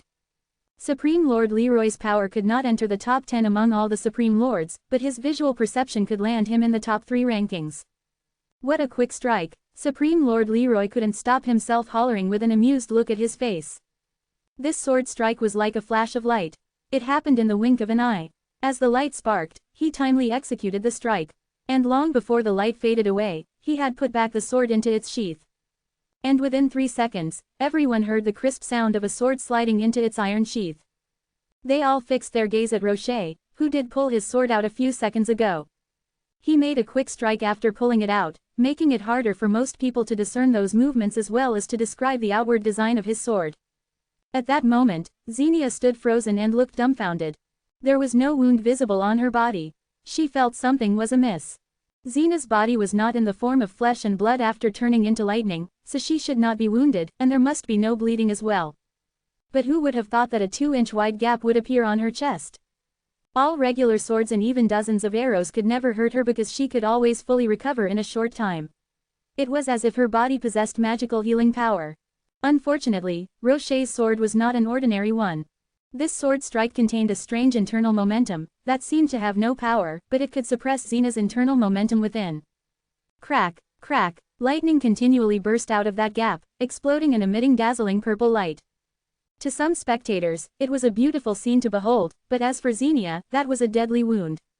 This strike won't make you die, Rocher said indifferently. But it can rapidly consume your thunder internal momentum. You have activated this purple lightning body for too long, so your life vitality is already consumed a lot. You will soon be unable to maintain the purple lightning body after being wounded by my sword. Rocher shook his head regretfully and went on, you shouldn't have forced me to pull out my sword. Hearing Rocher's gentle words, Xenia looked at her wound. She soon realized that she was going to be eliminated, but she did not look depressed at all. Xenia had never feared anything in this universe. Her mind was reeling with different thoughts. She shouldn't have been born in this world as she had no desire for this kind of world. If she could, she would not even join the incoming world of chaos. She wholeheartedly accepted the result that this time she lost the battle. Rocher did not launch another strike. And Xenia did not attack him either.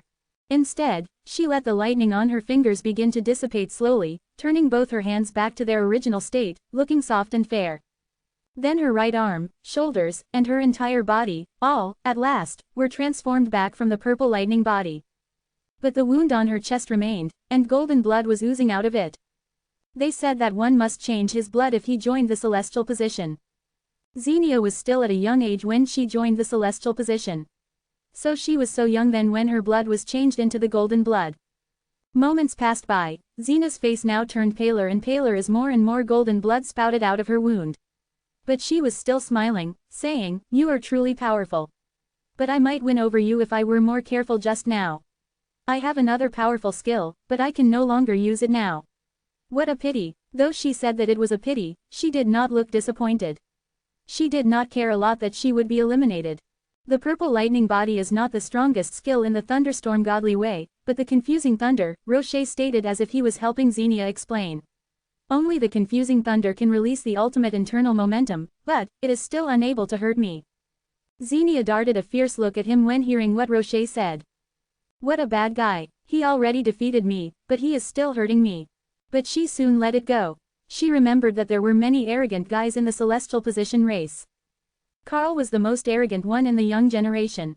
Xenia despised his arrogance the most. They did not speak to each other when they met the first time. They even glared at each other. Though Rocher also exuded arrogance, she found it not annoying. On the contrary, his handsome and thin face was pleasing to her eyes. She did not usually fall for someone who looked so pleasing around the universe. Xenia lost this battle. The entire universe was in an uproar. These 300 warriors were numerous gamblers, subjects. Everyone had his own odds. The odds represented everyone's speculation of these warriors' power. The lower the odds were, the stronger the warrior would be. Among these 300 warriors, Nathan had the lowest odds.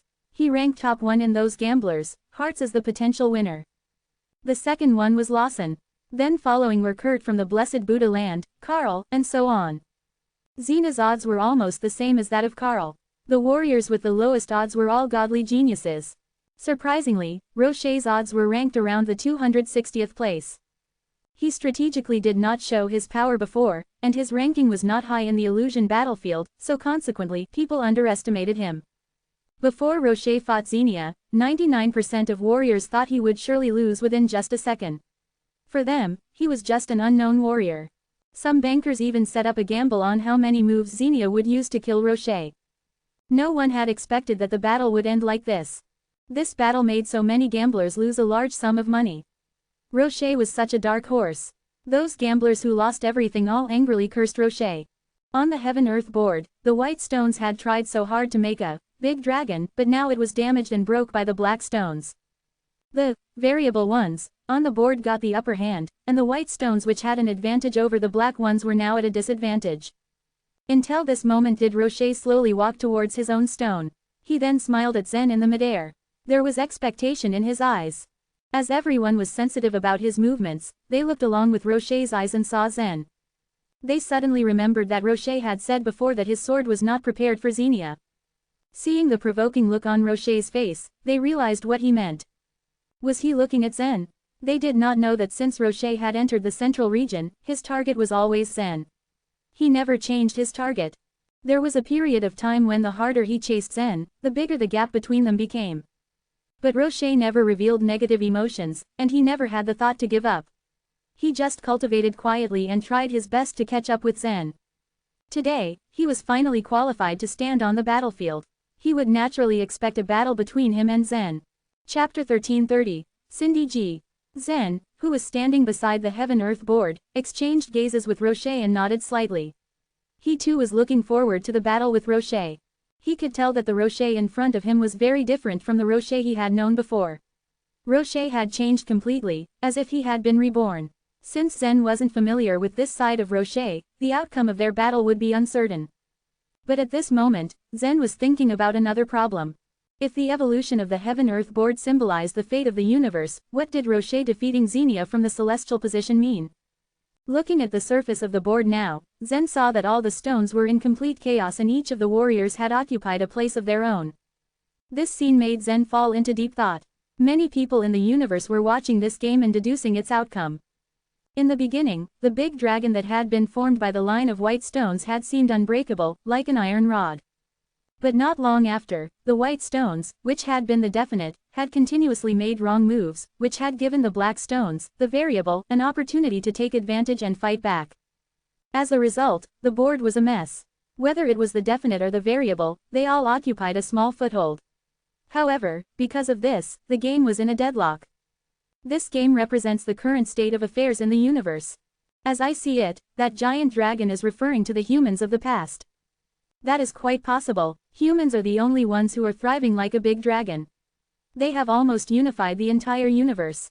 Many powerful masters began to analyze the situation on the board based on their own understanding. In the early era of the universe, there had been a great war that had lasted hundreds of millions of years. During the war, all the races in the universe had formed alliances. In the end, the human race had emerged victorious. Under the leadership of Supreme Lord Salmon, a new chapter began for the universe, the Golden Age of the human race. If humankind had continued to flourish, the other races in the universe wouldn't have had a chance to survive at all. However, 30 million years after the Golden Age had begun, there had been internal strife within the human race. It turned out that the human race wasn't as harmonious as it seemed to be. The oldest powers, the 4 great clans, had maintained their status as the ruling power of the human race, and each of them was equivalent to a divine kingdom. But when conflict broke out, Supreme Lord Salmon was killed, and the universe saw the rise of Supreme Lord of Original Sin and Supreme Lord of Oracle. The originally united human race split into 3 great powers: Humanity Alliance, Thoughtless Minds, and Blessed Buddha Land. This balance of power had been maintained until now. And because of the conflict among the 3 great powers, the speed of the human race's growth had slowed down. On the other hand, the Demon Knight race and the Ogre race were constantly on the rise. So, with this knowledge, it made sense for everyone watching to compare the huge dragon on the Heaven-Earth board to the human race. Then, 2 more stones were placed on the board. The battles on the Heaven-Earth board continued. First came the battle between Carl and the Ace Talent of the Knight group, where the Ace Talent of the Knight group resisted a few attacks perfunctorily before admitting defeat. Then, there was a battle between Lawson and the Ace Talent of the Ogre race, where the Ace Talent of the Ogre race directly admitted defeat without fighting. Next was a battle between Lucille and the Ace Talent of the Humanity Alliance, where Lucille defeated her opponent in 3 moves and knocked the latter out. As the battles went on, the situation on the board became more and more complicated.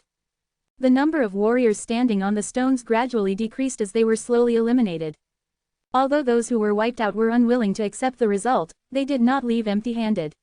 After all, they still obtained a reward for strengthening their statues.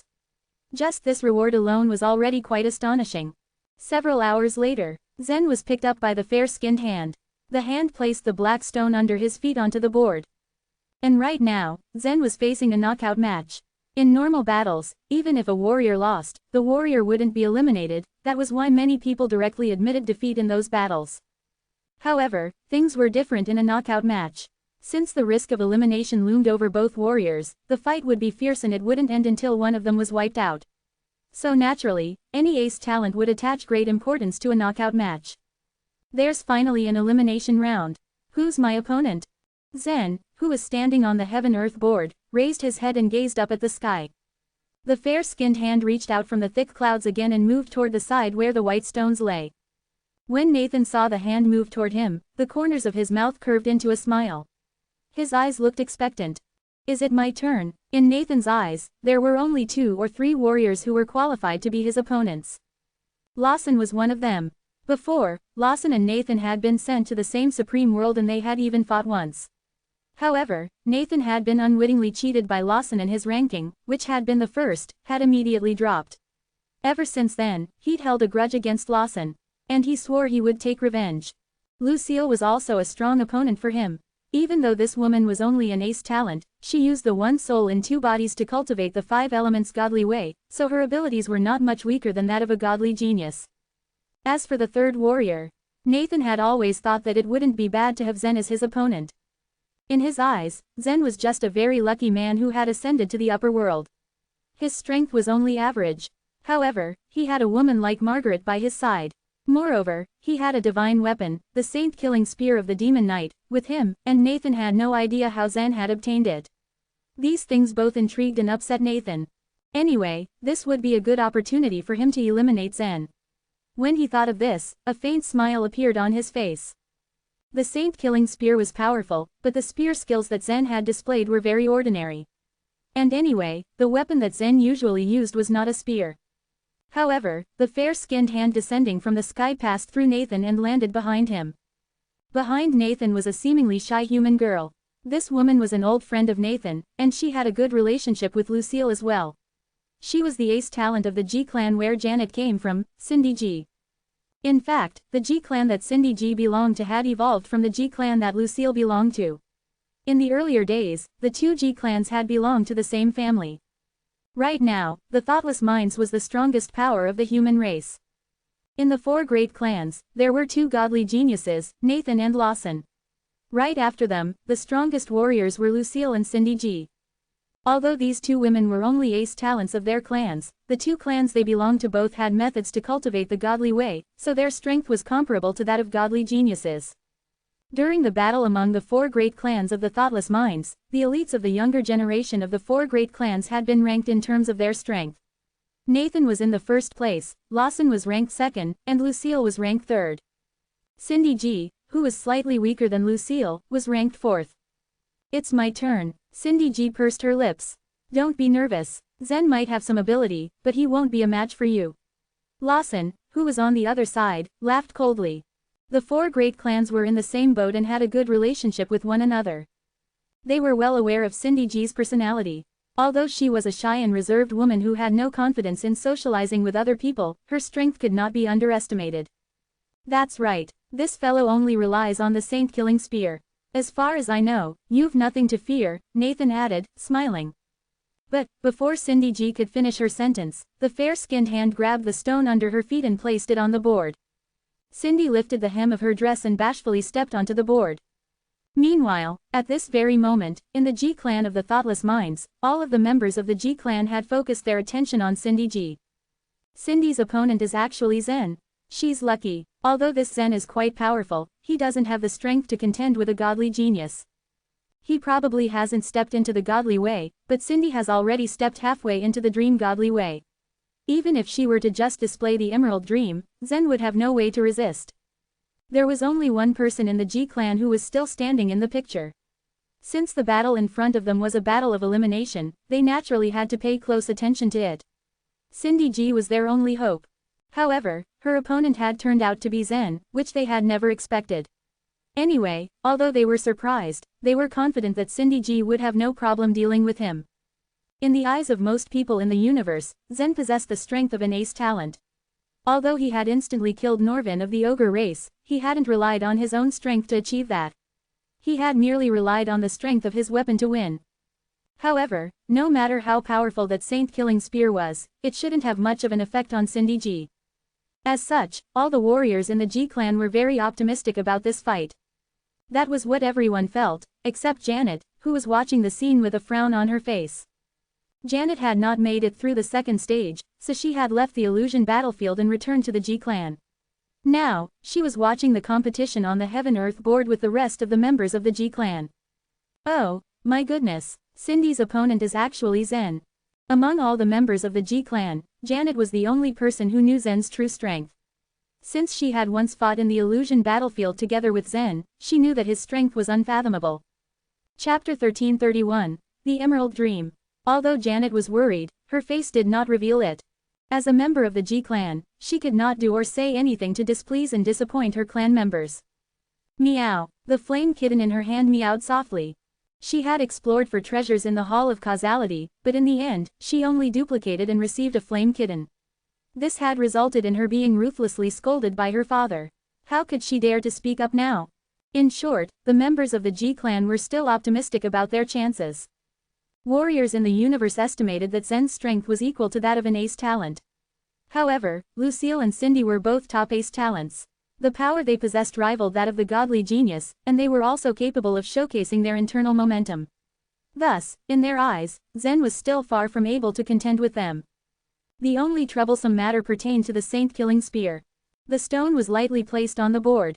As it landed, Cindy saw Zen not far away from her. With her lips pursed, she gently grasped her long dress in one hand as if crossing a stream.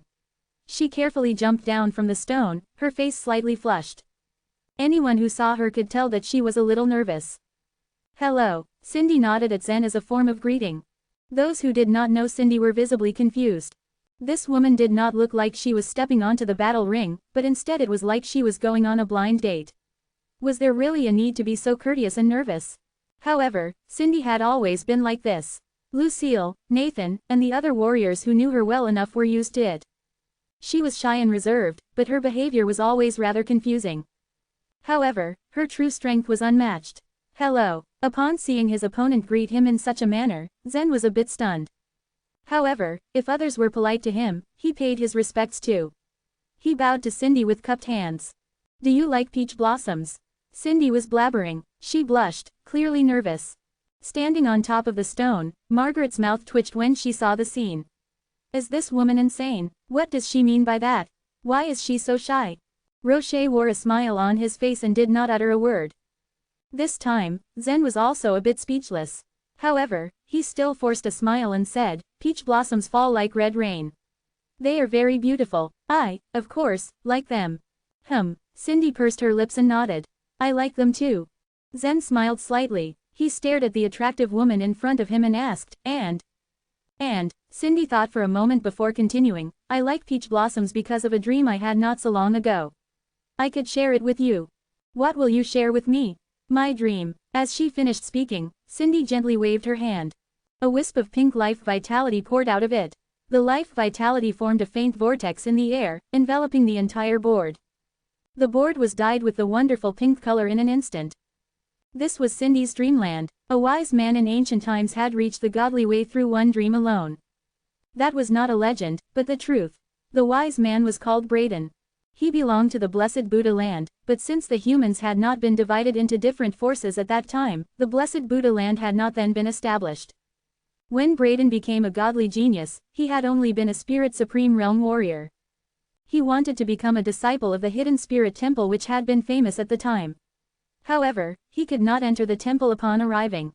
The hidden spirit temple was now the top-level temple of the blessed Buddha land and ordinary warriors were not eligible to enter it. At that time, Braden had not been so talented and therefore was unable to enter the temple. However, he believed that if he set his mind on it with the utmost sincerity, the temple's members would understand his sincere aspiration and accept him. Thus, he was unwilling to leave easily. Millions of warriors had guarded the hidden spirit temple for several years, but they were still not allowed to enter it. One day, Braden was tired and fell asleep in front of the hidden spirit temple. That was when he had a dream. The life vitality in his body circulated one lap by another, slowly spreading and drawing the outline of his dreamland. The members of the hidden spirit temple were about to drive him away when they saw him asleep at the gate. However, those in Braden's vicinity were trapped in his dream, unable to get any closer to him or leave the dream altogether. At long last, he attracted the attention of the temple's masters. The masters could not figure out what was happening. After rescuing the trapped warriors from the dreamland, they asked them not to approach Braden again and let him stay at the temple gate. Braden slept there for 300 years. All this time, the humans were aware that a warrior slept in front of the hidden spirit temple, displaying no signs of waking up. In Braden's dreamland, at times everything was covered in ice and snow, other times countless stars twinkled in the skies, and sometimes raging fires enveloped the entire land. Braden cultivated in his dream. He also tried his best to comprehend and receive insights there. His dream lasted for 300 years. By the time he woke up, he had become a true god. As he cultivated in the dream, his cultivation base also increased gradually. What he comprehended was the dream godly way, which was a powerful one among the 3,000 godly ways. Later, the hidden spirit temple labeled Braden as the sleeping Arhat and made a giant statue for him, so Braden gained his position in the temple as an Arhat. At the moment, Cindy drew Zen into the emerald dream. In the emerald dream, peach blossoms fell like red rain. It was a sight to behold. The dream seemed so real. Even though Cindy had told him that this was her dream, it was hard for Zen to ascertain that it was not reality. The illusion space. He was in the illusion battlefield. In the beginning, Zen had perceived the illusion battlefield as being so real. He had assumed that the 50 supreme worlds in the battlefield truly existed in the universe. However, later when he came to learn more about the battlefield, he realized that the supreme worlds were just illusory spaces created by the heavens. He began to wonder why Cindy's dreamland looked so real. In the dream, Cindy slowly walked up to him, a small wooden sword in her hand. At the sight of this, Zen started to be vigilant, and as he raised his hand, the saint-killing spear appeared in it. He had entered this woman's dream, which was not an ideal start for him.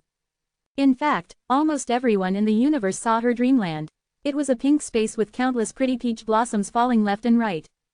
However, only a few warriors could see this dream. What they saw instead was the truth, not the dream. They saw Cindy holding her knees and putting her head on them, a small smile on her face. She was inside her dream at this moment. They also saw Zen lying on the ground, asleep in an unsightly posture. Only less than 500 warriors could see this scene, which included the Supreme Lords and some World Lords. Since Cindy could create the Emerald Dream, it meant that she was close to the dream godly way. In the Emerald Dream, Cindy was omnipotent and in control of everything.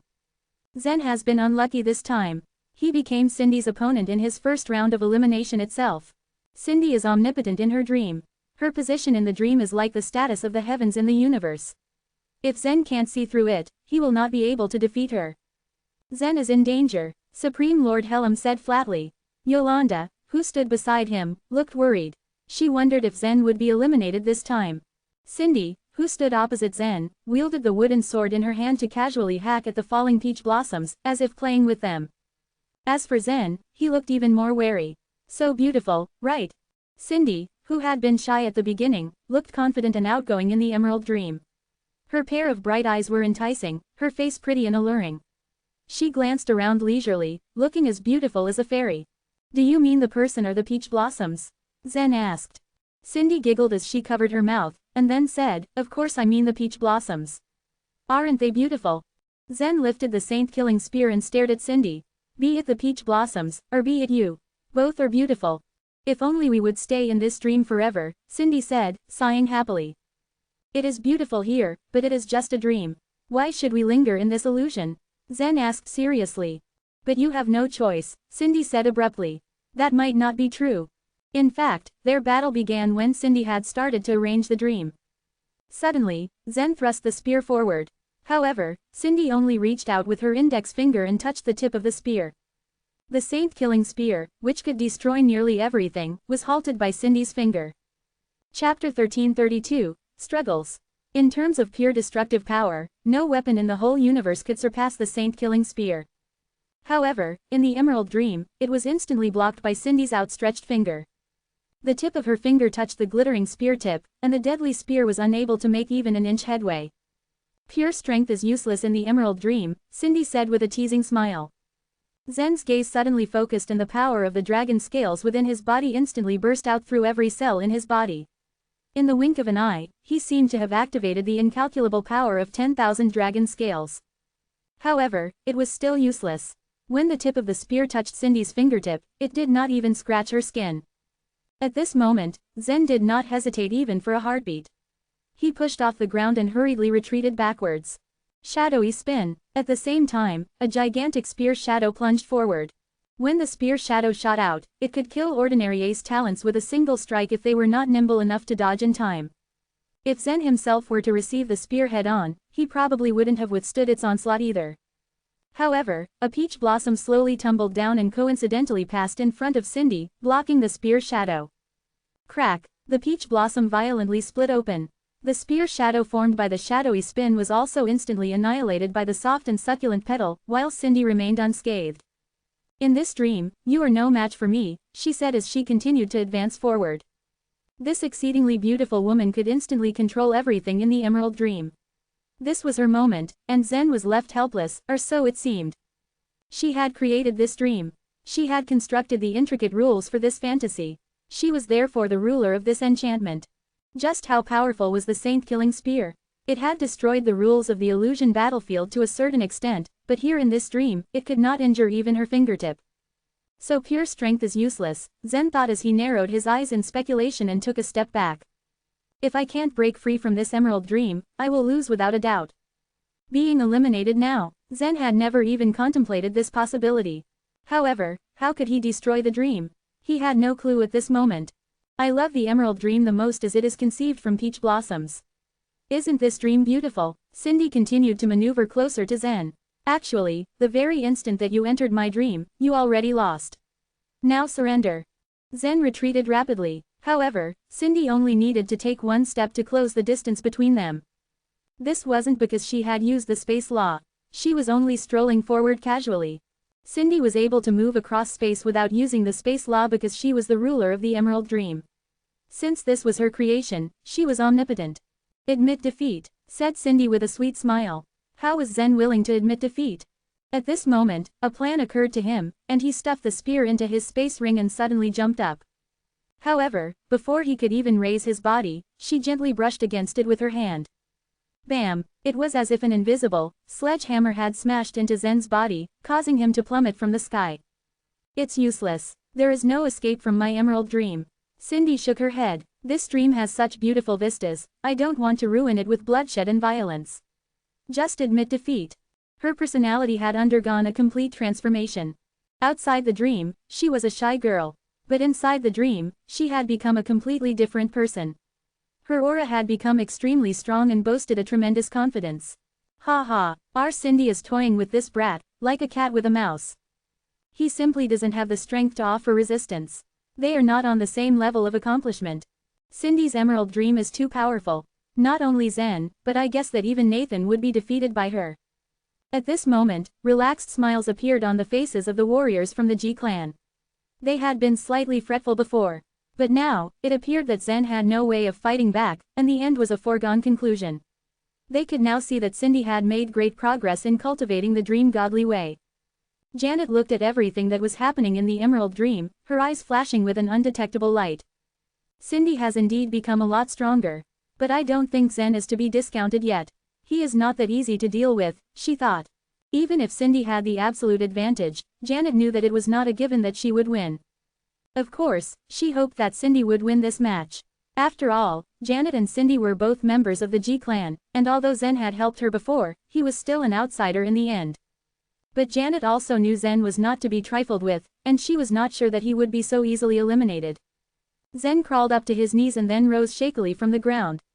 When he heard Cindy's words, he firmly shook his head and said, "Your dream is indeed very powerful, but there is always a way to break it.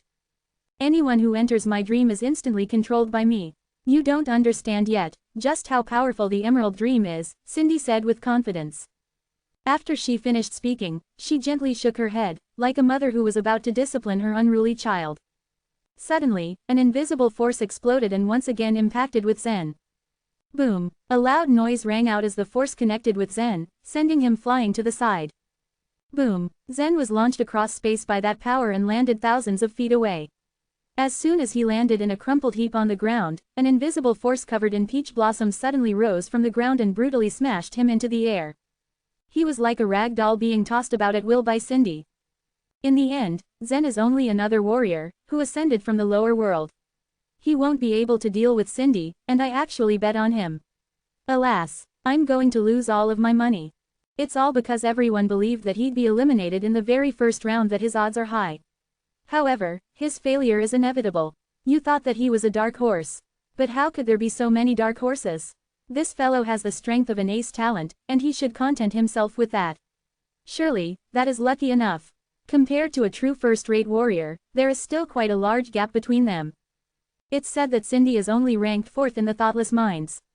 Zen can't even deal with her. What if he met Lucille? And what if he met Lawson? You bet on Zen winning. I think you must have been dreaming. When the warriors in the universe saw Zen being ravaged like this, most of them could only shake their heads in pity and felt their disregard for Zen increase. The strength of a major power was illustrated by those godly geniuses and ace talents. Zen was far from being their match. Boom, boom, boom, boom. Zen's body felt like it was being held in the hands of an invisible giant who threw him around like a child's toy. Weakened by the constant onslaught, Zen didn't even seem to have the strength to fight back. Zen, Margaret called out. Her eyebrows rose up in concern. Streams of purple light lingered around her. She actually wanted to break away from the stone she was standing on. Although she knew that Zen wouldn't really die even if he was killed in the battle, she still couldn't stand to watch him being played around with like this.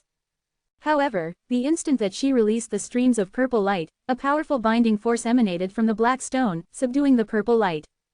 Don't worry, Zen won't be defeated that easily, Rocher, who was standing beside her, assured her. Fighting against the rules of the heavens was not a wise choice. It would just be a waste of effort and might lead to her being eliminated.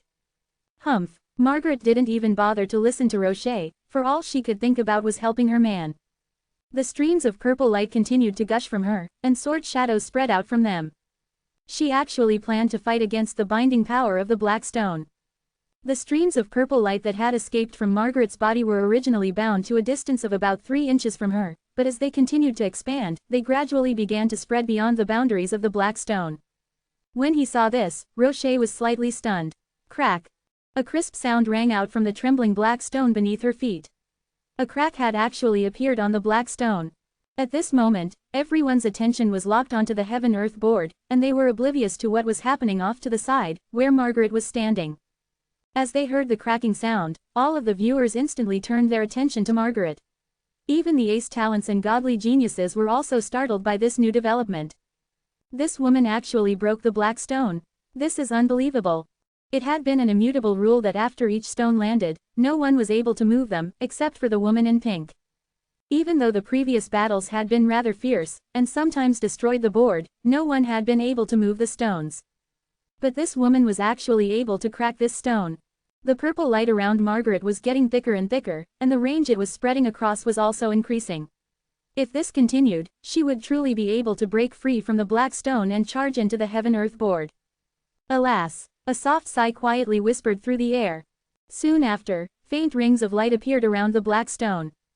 The rings of light were layered, one over the other, binding Margaret. Yet, even these rings of light weren't able to fully resist the purple light.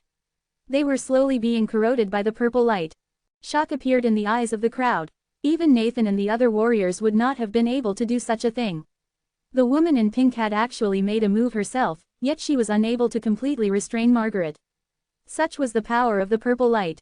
What on earth was her purple light made of? What was its origin? However, as the purple light corroded the rings of light, the layers of the rings of light simply increased and surrounded her. The speed at which Margaret was using the purple light to subdue the rings of light was far inferior to the speed at which the rings of light were created. In theory, it was still impossible for Margaret to escape from the black stone. Chapter 1333, Severed Limbs. On the heaven-earth board, Zen was being treated like a punching bag. He was being swung back and forth by Cindy's invisible force, but he was powerless to resist. The truth was, he still had a lot of tricks up his sleeve. However, in the Emerald Dream, the Thunderbolt Annihilation and the Stellar Body didn't work at all. Just now, when Zen had seen Cindy block his spear attack with just her fingertip, he'd already realized that no matter how powerful he was, it would be impossible for him to defeat his opponent in the Emerald Dream. As a matter of fact, the two of them weren't really fighting. Instead, they were in a dream. From the very beginning, Zen had been drawn into Cindy's dream. He had never heard of the Dream Godly Way, which was one of the 3,000 godly ways. However, he had heard that somewhere in the universe, there was some kind of dream-killing technique. With that technique, a martial artist could quietly sneak into one's dream and kill him. The world in the dream could be anything because it was completely built by the martial artist's thoughts. Now, Cindy was the goddess of the Emerald Dream. No matter how strong Zen was, he could never be a match for her as long as they were here.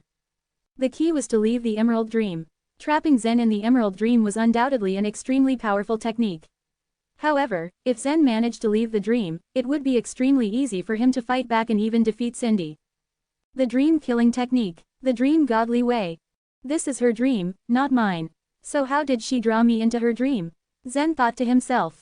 Dreams were a series of images, events, and feelings that happened in one's mind when he or she was asleep. Generally speaking, no one could determine what he or she would dream about. However, it was a common notion that whatever one thought about during the day, that was what they would dream of at night. Dreams often reflected real life. So I was stealthily drawn into the Emerald Dream. What did she say to me before she drew me here? Zen wondered inwardly. Hello, do you like peach blossoms? Yes, peach blossoms. He remembered it now. Zen's heart skipped a beat. Cindy had used peach blossoms as a guide to pull him into her dream. Now, in the Emerald Dream, there were countless peach blossoms floating slowly around them. They were a beautiful sight to behold. These peach blossoms were the base of the dream, making Zen unable to wake up.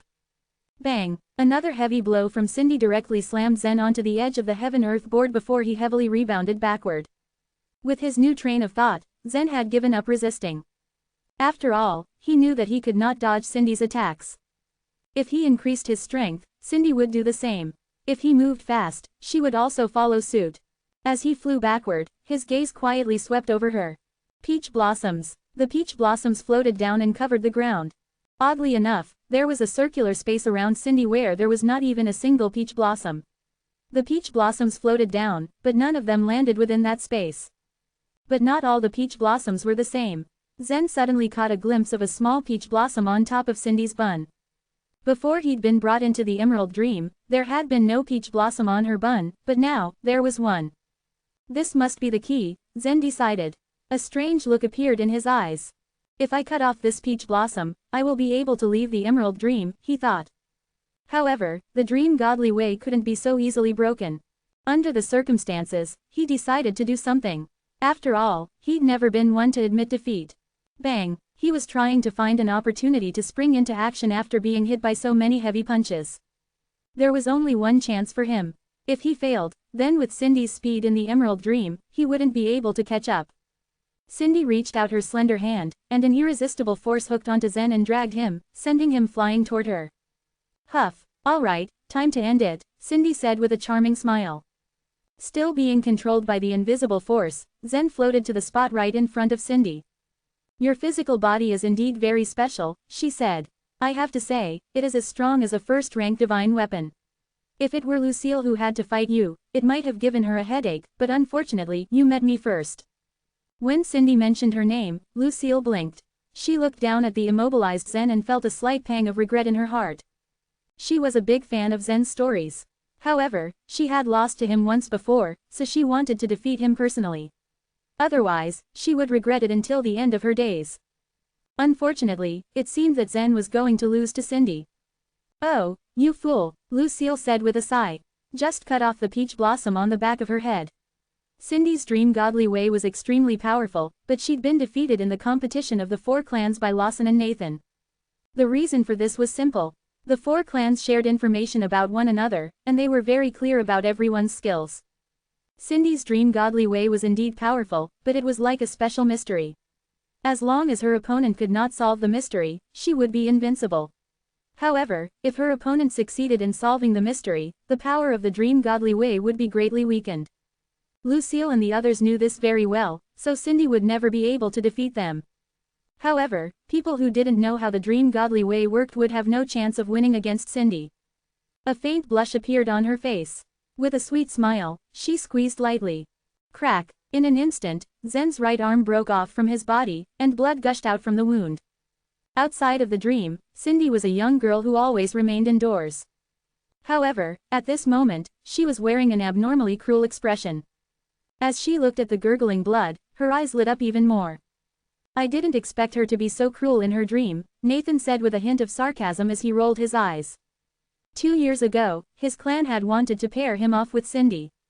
She was stunning and talented, and generally thought to be a good match for Nathan.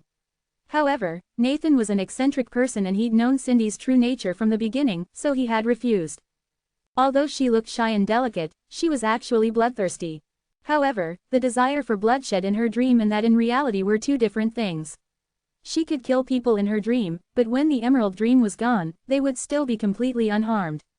However, their souls would have been shattered into pieces. Cindy gently tore Zen's other arm, and the pain he felt was indescribable. His body had always been strong. Being torn apart by Cindy was probably the most serious injury he had ever received. Despite the pain, he clenched his teeth as his gaze quietly shifted to the peach blossom on the back of Cindy's head. At the moment, he was only 2 steps away from Cindy. As long as Cindy didn't realize that he had noticed the peach blossom, he would still have a chance. Cindy raised her head to look at Zen and smiled charmingly once again. Actually, you can admit defeat. I'm very kind. I can't bear to see others shed tears or bleed. Enduring the pain, Zen forced a smile. As a martial artist, there's no avoiding blood. But I won't cry. Oh, really? Cindy pouted like a child.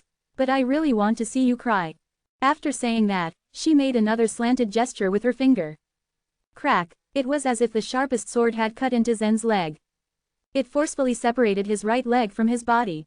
Zen. Even though she knew that Zen wouldn't die in the illusion battlefield, Margaret couldn't bear to watch such a bloody scene and angrily shouted on the stone.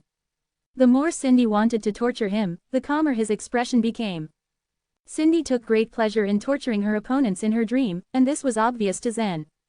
So, he decided to put on a show and let her know that although he was powerless to fight back, he would be unyielding to her. Meanwhile, his real goal was the peach blossom on her bun. Once again, Cindy's finger lightly made a slanting gesture in the air again, separating Zen's other leg from his body as well. The audience couldn't help but shake their heads. In their eyes, although Zen was quite famous, he was not as powerful as Cindy. He was basically powerless to fight back in the face of ace talents of influential clans. Since the beginning of the battle, he had not fought back effectively. In fact, the vast majority of people in the universe didn't know that this was the Emerald Dream and couldn't understand how Cindy had become so powerful. Chapter 1334. The Broken Peach Blossom. 2 legs and 1 arm were floating in front of Zen. Cindy looked up at him with a faint smile on her face. Under such circumstances, her smile seemed extremely cruel. Alas, how will Cindy be able to get married in the future? A relaxed atmosphere surrounded the G clan. The battle between Cindy and Zen was almost over. She had shown her true colors in front of the entire universe. Now, after revealing how cruel she was, she wouldn't be able to find someone to marry her. Ha ha, Zen was very unlucky to have met our Cindy. Well, I actually think he is lucky to have met her in the illusion battlefield. After all, he won't really die. After all, he is still a warrior from the lower world. Even if he has ascended to the upper world, he is still unable to match any of those mighty warriors. A sparrow will never become a phoenix. How could he even think he could defeat the most fierce warrior of our G clan? The G clan's warriors discussed the battle among themselves, each expressing their real feelings about Zen. Zen might not be as strong as Cindy, but his fame had spread across the universe.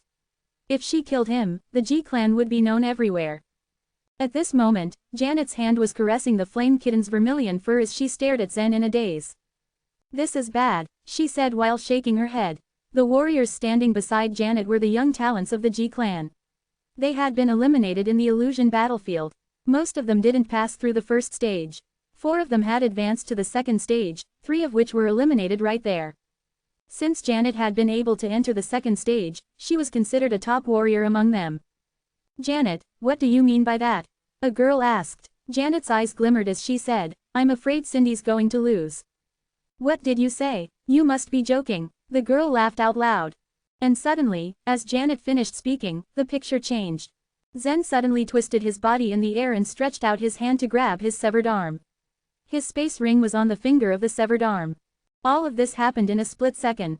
Zen only had one chance. The opponent he was facing was one of the strongest among the young generation of warriors in the universe. Regardless of whether it was Nathan, Carl or Cindy, they were all well trained. Their clans had invested incalculable resources to train the best warriors. They possessed the fate to lead the world of chaos and would play important roles in the upcoming crisis of the universe. If he wanted to defeat Cindy, he couldn't afford to make a single mistake. Zen took out his sword, flipped it over, and thrust it out. All these were done in one go with no effort. In the Emerald Dream, Cindy's speed and strength were incomparable. She seemed like she would never get tired or run out of energy. Zen had to find the right way to break this dream or she was invincible. Perhaps only a world lord or a supreme lord would be able to break this dream with pure strength. But even though she was extremely fast, her mind didn't keep up. As Zen attacked with all those steps in one go, Cindy didn't have the time to react. Zen's sword attack was extremely sudden, and without a reaction from Cindy, his sword slashed out. Swoosh! The flying sword light was aimed directly at Cindy. Zen had no intention of killing Cindy. She was probably an indestructible warrior in this dream, so killing her was a bad idea. The light from Zen's sword cut the peach blossom on her head. The sword light flashed, and from the center of the beautiful peach blossom atop her bun appeared a thin line. Although the edge of the Thunderwind Divine Sword was sharp, it only left an undetectable mark on the petal. What is Zen doing? Such an excellent opportunity to end her. He only took the sword to cut the peach blossom on her head. If it were me, I would have cut off her neck without a second thought. The onlookers discussed Zen's sword strike among themselves. Everyone thought that Zen had gone mad and should have killed Cindy. Nathan's eyes lit up at this scene. And Lucille was excited too. Even though she and Cindy were like sisters, she still secretly hoped that Zen could continue to win in the competition until he met her. Now that Zen had cut Cindy's peach blossom, she should have lost. The members of the G clan saw what had happened and fell silent. As soon as Cindy activated the Emerald Dream, the warriors of G clan knew that the peach blossom was the foundation of the Emerald Dream. Having destroyed the peach blossom, Zen had also shattered the Emerald Dream. He hadn't even noticed the peach blossom before, and they were relieved to see that. If he couldn't destroy the peach blossom, he would never be able to wake up. Naturally, Cindy would win. But Zen unexpectedly cut the peach blossom with his sword. Everyone in the G clan was shocked, thinking that Zen had been faking it all along, pretending he didn't know about the peach blossom. Cindy looked miserable. All the peach blossoms floating in the Emerald Dream began to shatter on their own, leaving pink traces behind as the petals disappeared from the heaven-earth board. Margaret had been struggling with all her might. However, when the Emerald Dream disappeared, Zen, who had lost both his legs and right arm, and Cindy both disappeared. Suddenly, they appeared before everyone again. Zen opened his eyes and jumped up from the board. Cindy was curled up on the board hugging her legs. She raised her head to look at Zen and gently bit her lips. It seemed that she would no longer resist. If she hadn't activated the dream, Cindy's strength would still be extraordinary. But she wasn't a match for Zen, so her resistance would be futile. Tick-tack. As Zen slowly walked towards her, a single teardrop fell from her left eye. Tick-tack. Then more teardrops fell. Cindy couldn't stop it. "I'm sorry I hurt you." Cindy started to cry. Zen walked up to her. Now, Cindy looked like a completely different person from the cruel-hearted woman in the dream. She seemed so delicate and weak that any man would want to protect her. But Zen remained cool. He didn't show the slightest mercy and said coldly, "Your dream was very beautiful, but once is enough. Are you trying to use your tears to activate another dream? Please stop it or I will have no choice but to end you right here right now." Cindy's body trembled at Zen's words. Only then did despair appear on her face as she said, "Fine. You win." Her voice was so low that only Zen could hear what she had said. Zen smiled, turned around and walked towards his stone. The purpose of the battles on the heaven-earth board was to determine a victor. Zen was not a bloodthirsty person, so he decided to let her go. He had only taken 2 steps when he suddenly turned around, lifted his sword and slashed it out towards Cindy. Puff! A line of blood appeared on Cindy's forehead. In her hands, there was a small wooden doll. The wooden doll didn't seem like an ordinary item. Zen wasn't sure what use the wooden doll had, but he couldn't take a chance with Cindy or he would be in big trouble. Plop! Cindy fell to the board and was immediately eliminated from the battle. Zen won the battle. Cindy slowly disappeared from the heaven-earth board with a raging face. No matter how unwilling she was still sent out of the illusion battlefield. Zen shook his head. "This woman is so evil," Margaret said angrily. Even though Zen had won this battle, she was still angry at Cindy for torturing him. Zen smiled and said, "You can't really blame her." "What, so now you actually care for that woman?" Margaret raised her thin eyebrows at Zen. Rocher agreed with Zen by saying, "She cultivates the dream godly way and is unable to fight with you face to face. She can only use scheming techniques to draw you into her dream. This is also a way of fighting, and it has nothing to do with being evil or good." "You are right," Zen nodded. "All the warriors in the universe would display their strengths. A warrior would be faster than the other. Another warrior would be stronger. Every warrior had something that made them unique." The battles in the illusion battlefield continued. The next round was not a knockout battle. The woman in pink chose Margaret and an ace talent from another race to fight. At this moment, high up in the sky, a streak of 9-colored light began to revolve slowly. Not long after, a skylark flew out from the light and flew towards the thick clouds. It flew towards the great hall in the middle of the clouds, and its pair of bird claws landed on the mysterious girl's pinky finger. The mysterious girl tilted her head slightly, listening to what the skylark was saying. Her eyes lit up. "You've already found out about Yan." The mysterious girl looked astonished. She hadn't looked like this in hundreds of millions of years. Chapter 1335. The final 11 people. The information that Zen had entrusted her to investigate hadn't been sent back from the Divine Land until now. However, what she didn't know was that this matter was far beyond her imagination. In the eyes of the mysterious girl, Zen was just a being born from the universe. She had been staying in this round of the heavens for many years, putting her heart and soul into the kalpas of 3 lives. The past solemn kalpa, the present sage kalpa, and the future constellation kalpa. Although she really hated those Buddhists, she had to admit that they were powerful. She could only stay here and help take care of this round of heavens. Zen's appearance had surprised her a lot. Moreover, she had never expected that his roaring token could trigger the perception sound, which was one of the rules of the heavens. After all, she was the one who had created the roaring taper and placed it in the universe. Eons ago, she'd felt that the universe was too quiet, so when she created the roaring taper, she gave it the perception sound, which was one of the rules of the heavens. The beings of the universe were all very intelligent. After discovering the roaring taper's theurgy, they had immediately used it without restraint, which was why the universe was so lively now. However, the mysterious girl had not dared to cross the line. If there were too many roaring tapers, the universe would become noisy and there would be no peace. As there was a fixed number of roaring tapers, the roaring token had become valuable in the universe. But Zen's roaring token was different. He could forcefully communicate with the heavens and activate the perception sound. The mysterious girl had once made 5 roaring tokens with no restrictions, but later, because the world of chaos ended, she had taken them all back. In other words, other than her, no one else in the universe could release the perception sound at will, except for Zen. Zen's roaring token was truly extraordinary. There were many rules of the heavens and the mysterious girl was the one who was in charge of them. Even the authority to trigger the perception sound was in her hands. Some of the times when Zen had used the roaring token, she had tried to stop him. But strangely enough, she hadn't been able to stop him from activating the perception sound. The truth was, she bore no ill intention toward Zen. She was merely curious as to why Zen was able to do something that should have been impossible. Could it be that Zen had a higher authority in the heavens than she did? How could this happen? She had asked Zen this question, but he hadn't answered truthfully. She'd analyzed the situation and carefully pondered over it, but she hadn't been able to come up with anything. But from what she'd heard, she finally understood why it would take years to have news of Yan. Well, these fellows have all lived for far too long. Have they gotten tired of living? Why did they make such a plan? Should I tell Zen or not? The mysterious girl wondered. She would always do what she had promised, but she didn't know what Zen would think and whether or not it was appropriate to tell him in the first place. Meanwhile, everyone watching the illusion battlefield was shocked. After seeing Zen defeat Cindy, they viewed him in a whole new light. This ordinary warrior had turned out to be much stronger than any of them had imagined. The 300 people in the battlefield could be more or less divided into 3 groups based on their strength. Godly geniuses such as Nathan, Lawson, and Carl formed the first group.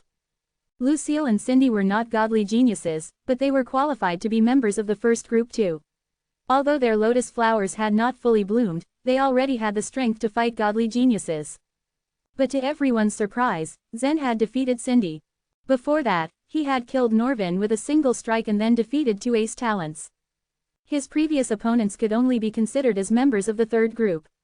They all existed on the fringes of this battle to lead the world of chaos. However, Cindy's case was different. More importantly, Cindy had lost to Zen in the elimination round. The meaning behind this was completely different. Cindy's defeat had sent the G clan into complete chaos. Each of the 4 biggest clans had a seed, and the seed of the G clan was Cindy. The dream godly way she cultivated was quite special, so her clan had helped her formulate a few tricks and strategies to wield it. If she used these strategies, even Nathan and Lawson would find it hard to break out of her emerald dream. Using the peach blossoms as bait was her most common way of luring her opponents into her dream. She had been saving the other methods that she had come up with for the later stage of the competition, thinking that she would need them after entering the top 10. Her entire clan had been rooting for her to reach the top 3. None of them had expected that she would be defeated by Zen. She hadn't even gotten a godly plate, so this put her clan at the bottom of the 4 clans. To the G clan, this was an extreme humiliation. By now, this news had most likely spread throughout the various sacred places under her clan. "I'm sorry," Cindy uttered. After leaving the illusion battlefield, she'd flown back to her clan's illusion space. Raising her head, she glanced at the painting and went to the leader of her clan. The leader sighed. "Alas, forget it, Cindy, it is indeed a great regret that you were eliminated. But don't be discouraged, continue to work hard in the future, and you will definitely become a godly genius one day." Cindy nodded slightly, and then silently left. Not far away, Janet was hugging her flame kitten, not saying a word. A few talents at the side looked at her and cautiously asked, "Janet, how did you know?" Janet had predicted this outcome earlier. At that time, everyone had been certain of Zen's defeat. Staring at the painting, Janet shook her head and said indifferently, "It's not just Cindy that Zen could defeat. Nathan will also be in big trouble if he comes across Zen."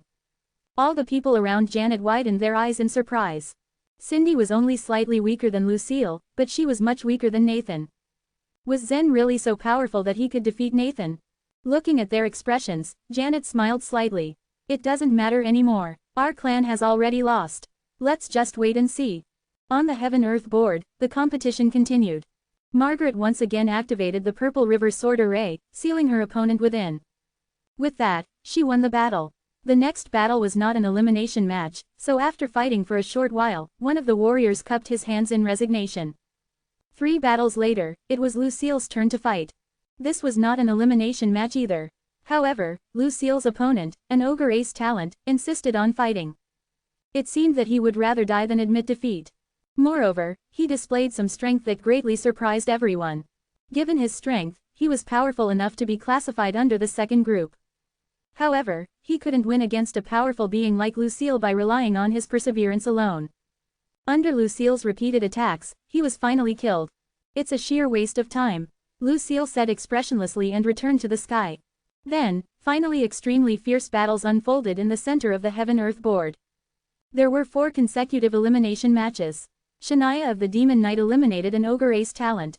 The otherworldly swordsman eliminated an ace talent of the celestial position. Then, with a single move from Nathan, an ace talent of some small clan was eliminated.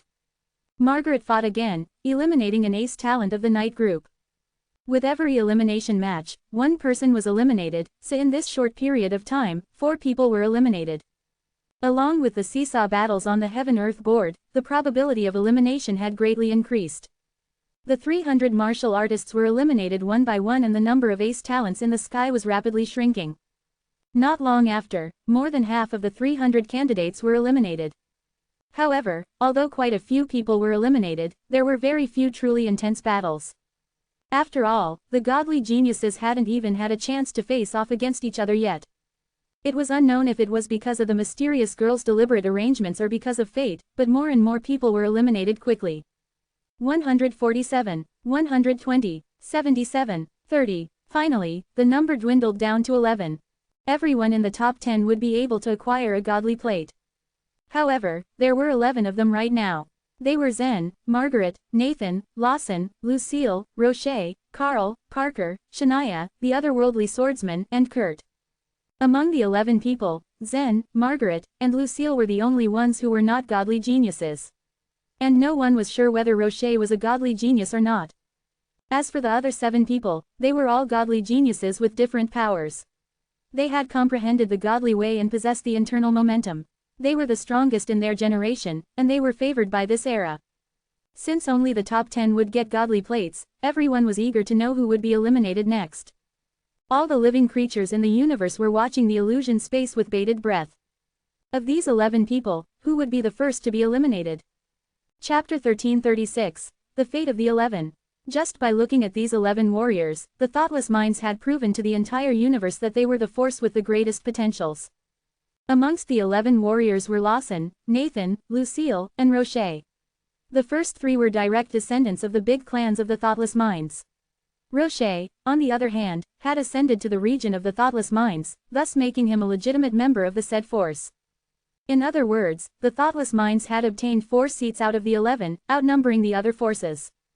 The Demon Knight, the Ogres, and the Blessed Buddha Land each had obtained the only seat in the top 11. Meanwhile, the Humanity Alliance had almost failed to make it to this round. The only godly genius from the Humanity Alliance who had made it into the top 300 was easily defeated by Lawson from the Thoughtless Minds. Therefore, he was eliminated and didn't make it to the top 11. The Humanity Alliance was nearly off this game. Luckily, there was Zen. Before the illusion battlefield had begun, Zen had ascended to one sacred place of the Humanity Alliance. Thus, he was considered a legitimate member of the Alliance. He was now the last hope of the Humanity Alliance in the illusion battlefield. Right now, the situation on the board had become quite complicated. The tables had turned, the long line of white stones was cut off, giving the black stones the greatest advantage.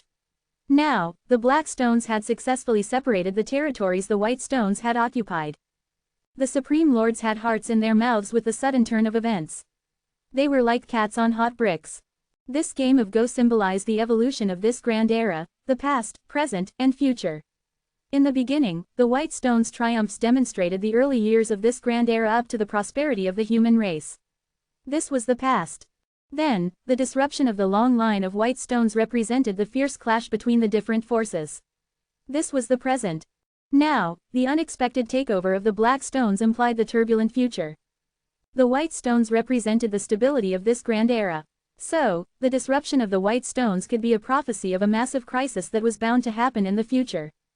And judging by the current situation on the board, the Supreme Lords predicted that most of the races, including the greatest ones, would perish because of the crisis. If the prophecy would happen, the universe could lose trillions of its population in an instant. That could be the most disheartening situation to think about. But since the game on the Heaven-Earth board was still ongoing, the situation could either still improve or worsen. If the white stones would get wiped out, it was very likely that all lives in the entire universe would perish, and this grand era would meet its end. It was indeed that the fate of the universe, no matter how hard it was to comprehend, was already decided by the heavens. Even the Supreme Lords felt powerless to change the seemingly inevitable chaotic future. But if they couldn't do it, they rested their hopes in the protagonists in the world of chaos. They were told to be the strongest in the entire universe and the only people who could have the ability to change the fate of this grand era. But this theory was only of the ordinary Supreme Lords. The Supreme Lords of different ranks had different opinions and theories about everything. Unlike the ordinary Supreme Lords, the top-ranked Supreme Lords had different views about the fate of the entire universe. The head of the Celestial Position Race and Supreme Lord of Original Sin were some of these top-ranked Supreme Lords. Even though they weren't born in times of chaos, people could not argue with their profound thoughts and insights on more complicated matters. These people were the few of the unrivaled geniuses in the entire universe in this grand era. Now, all creatures had always wondered about two things: was it impossible to change their destinies designed by the heavens? Could there be a way for the Supreme Lords to break their heavenly destinies and become a true god? The entire universe strongly believed that the rules of the heavens were carved in stone. However, for the top-ranked Supreme Lords, they were convinced that rules were bound to be broken. If one had a strong understanding of a certain rule, then he would surely know a way to go around it. But to interpret the rules designed by the heavens, they must first uncover the secrets of how the world began. Meanwhile, the 11 warriors on the Heaven-Earth board were quietly waiting for the huge hand to appear in the sky and make the next moves. It didn't take long for the hand to appear through the thick layer of clouds. The warriors kept their eyes locked on the hand as it slowly reached for a black stone. Everything and everyone went completely silent, even those watching from outside the illusion battlefield. The warriors were holding their breaths as they waited for the hand to choose one of them, and it was Margaret. Snap! The stone that Margaret was on was then placed on the board. At this point, the game had reached its most crucial part where every move mattered. One wrong move and it would be game over. But to everyone's surprise, Margaret's stone was placed at a corner that didn't make sense to the territories of both sides. Everyone was left stunned by the last move. No matter how hard they tried, they couldn't understand why the hand made a meaningless move with the black stone. Margaret herself was dumbfounded by the move. She was a Go master herself, thus, she immediately recognized that the move was inappropriate. The hand then made its move in the white stones. And this time, it was Nathan from the Thoughtless Minds. Anyone would normally feel unlucky and upset if they were to face Nathan in a battle. However, at that moment, they considered Margaret as lucky. This was because they noticed that the white stone was also placed at a rather strange spot. The spots they were placed in were not strategic. And since no stone was pulled out from the game with these two moves, neither Margaret nor Nathan would be eliminated. They could choose not to fight, and admit defeat directly. But Margaret was already thinking ahead of others. When she noticed that the white stone's placement wasn't anything strategic, she gently stepped down from the stone and stood on the board. By just making it up to this point, she had already achieved the goal that her master had set for her. Her master didn't require her to exert herself. Moreover, this was not a knockout round, so she didn't have to fight her opponent. Besides, she was slack in martial arts cultivation, so it was better for her not to face Nathan. As soon as she stepped onto the board, she smiled sweetly and was ready to admit defeat. For many, Margaret made a wise decision. They understood her intention considering the two recent moves. And who would want to face Nathan head-on? But before Margaret could announce her surrender, Nathan cut her off and spoke, "Margaret, it's a great honor to spar with you." What? Margaret blinked in confusion. She smiled at him and explained, "You see, I have no intention to fight you. I admit defeat." "You can't," Nathan interrupted. "Why?" Margaret was confused. Why couldn't she admit defeat? Was it against any rule? Nathan said with a faint smile, "Margaret, do you know that the situation on the Heaven-Earth board predicts our future?" "Yes, I know. You don't have to tell me," she replied dully. As a Go master, Margaret had fully understood the meaning of this game. However, she did not care about it at all or anything about the conflicts in the universe. She thought that those had nothing to do with her. The only reason she was here was because of the man she loved and she just wished to stay by his side forever. Nathan was somehow disappointed by her indifferent reaction. But he then walked towards the other side of the board and said, "I've mastered not only martial arts but also astrology and divination. Look at the territory here. A white stone was captured here because you defeated that warrior." He pointed at a circle of black stones. There once stood an ace talent whom Margaret had defeated. But Margaret said nothing in reply and just stared at Nathan with a more confused look. She felt perplexed because he didn't answer her question directly. She was getting more and more annoyed at Nathan. However, it would be impolite to interrupt his explanation, so she had no other choice but to keep listening. Nathan then pointed at another corner and continued, "And here. Several black stones were captured here because I defeated those warriors. Although these two territories seem unconnected, they are truly the foundations of the succeeding moves." At first, everyone didn't get what Nathan was trying to explain. They were all confused just like Margaret. However, after he explained it this way, they began to realize what he wanted to prove. After that, Nathan suddenly looked up at the sky. "If I guessed it right, both sides are going to defend their territories by competing in a line. And this is a joint effort of our previous moves. And that could only mean..." He cleared his throat but didn't finish what he wanted to say. It seemed as if he was speaking to both Margaret and the mysterious woman, but he was addressing the entire universe. The faces of the wise men from the audience lit up when they finally realized the gist of Nathan's explanation. Even the Supreme Lords could not believe that Nathan was able to come up with such a conclusion from the game. This boy is truly one of the most outstanding people in the entire universe. There's no need to calculate the future of this world of chaos. He'll be number one. What a shame. Although I'm a Supreme Lord who have lived for hundreds of millions of years, I was wrong in my interpretation of the game. Indeed, this boy has a much deeper insight than me. Nathan, once again, you've made me proud. You never let me down." The audience became loud as the Supreme Lords shared their praises towards Nathan at the same time. Their praises had spread throughout the entire universe through the roaring tokens.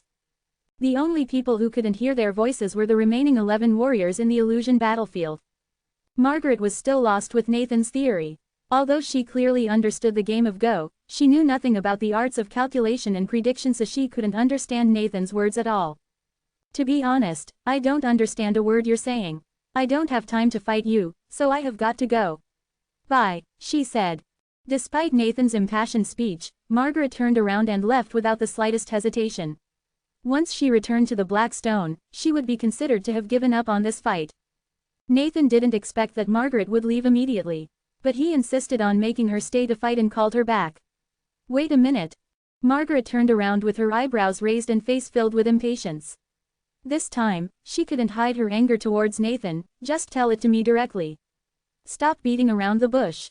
I don't understand what you're trying to imply. I mean, this game of Go not only represents the future of the universe but also indicates the fates of the 11 people here. Don't you know, we are now the protagonists of this world of chaos. And your fate is closely intertwined with mine, so you will be my woman in the future."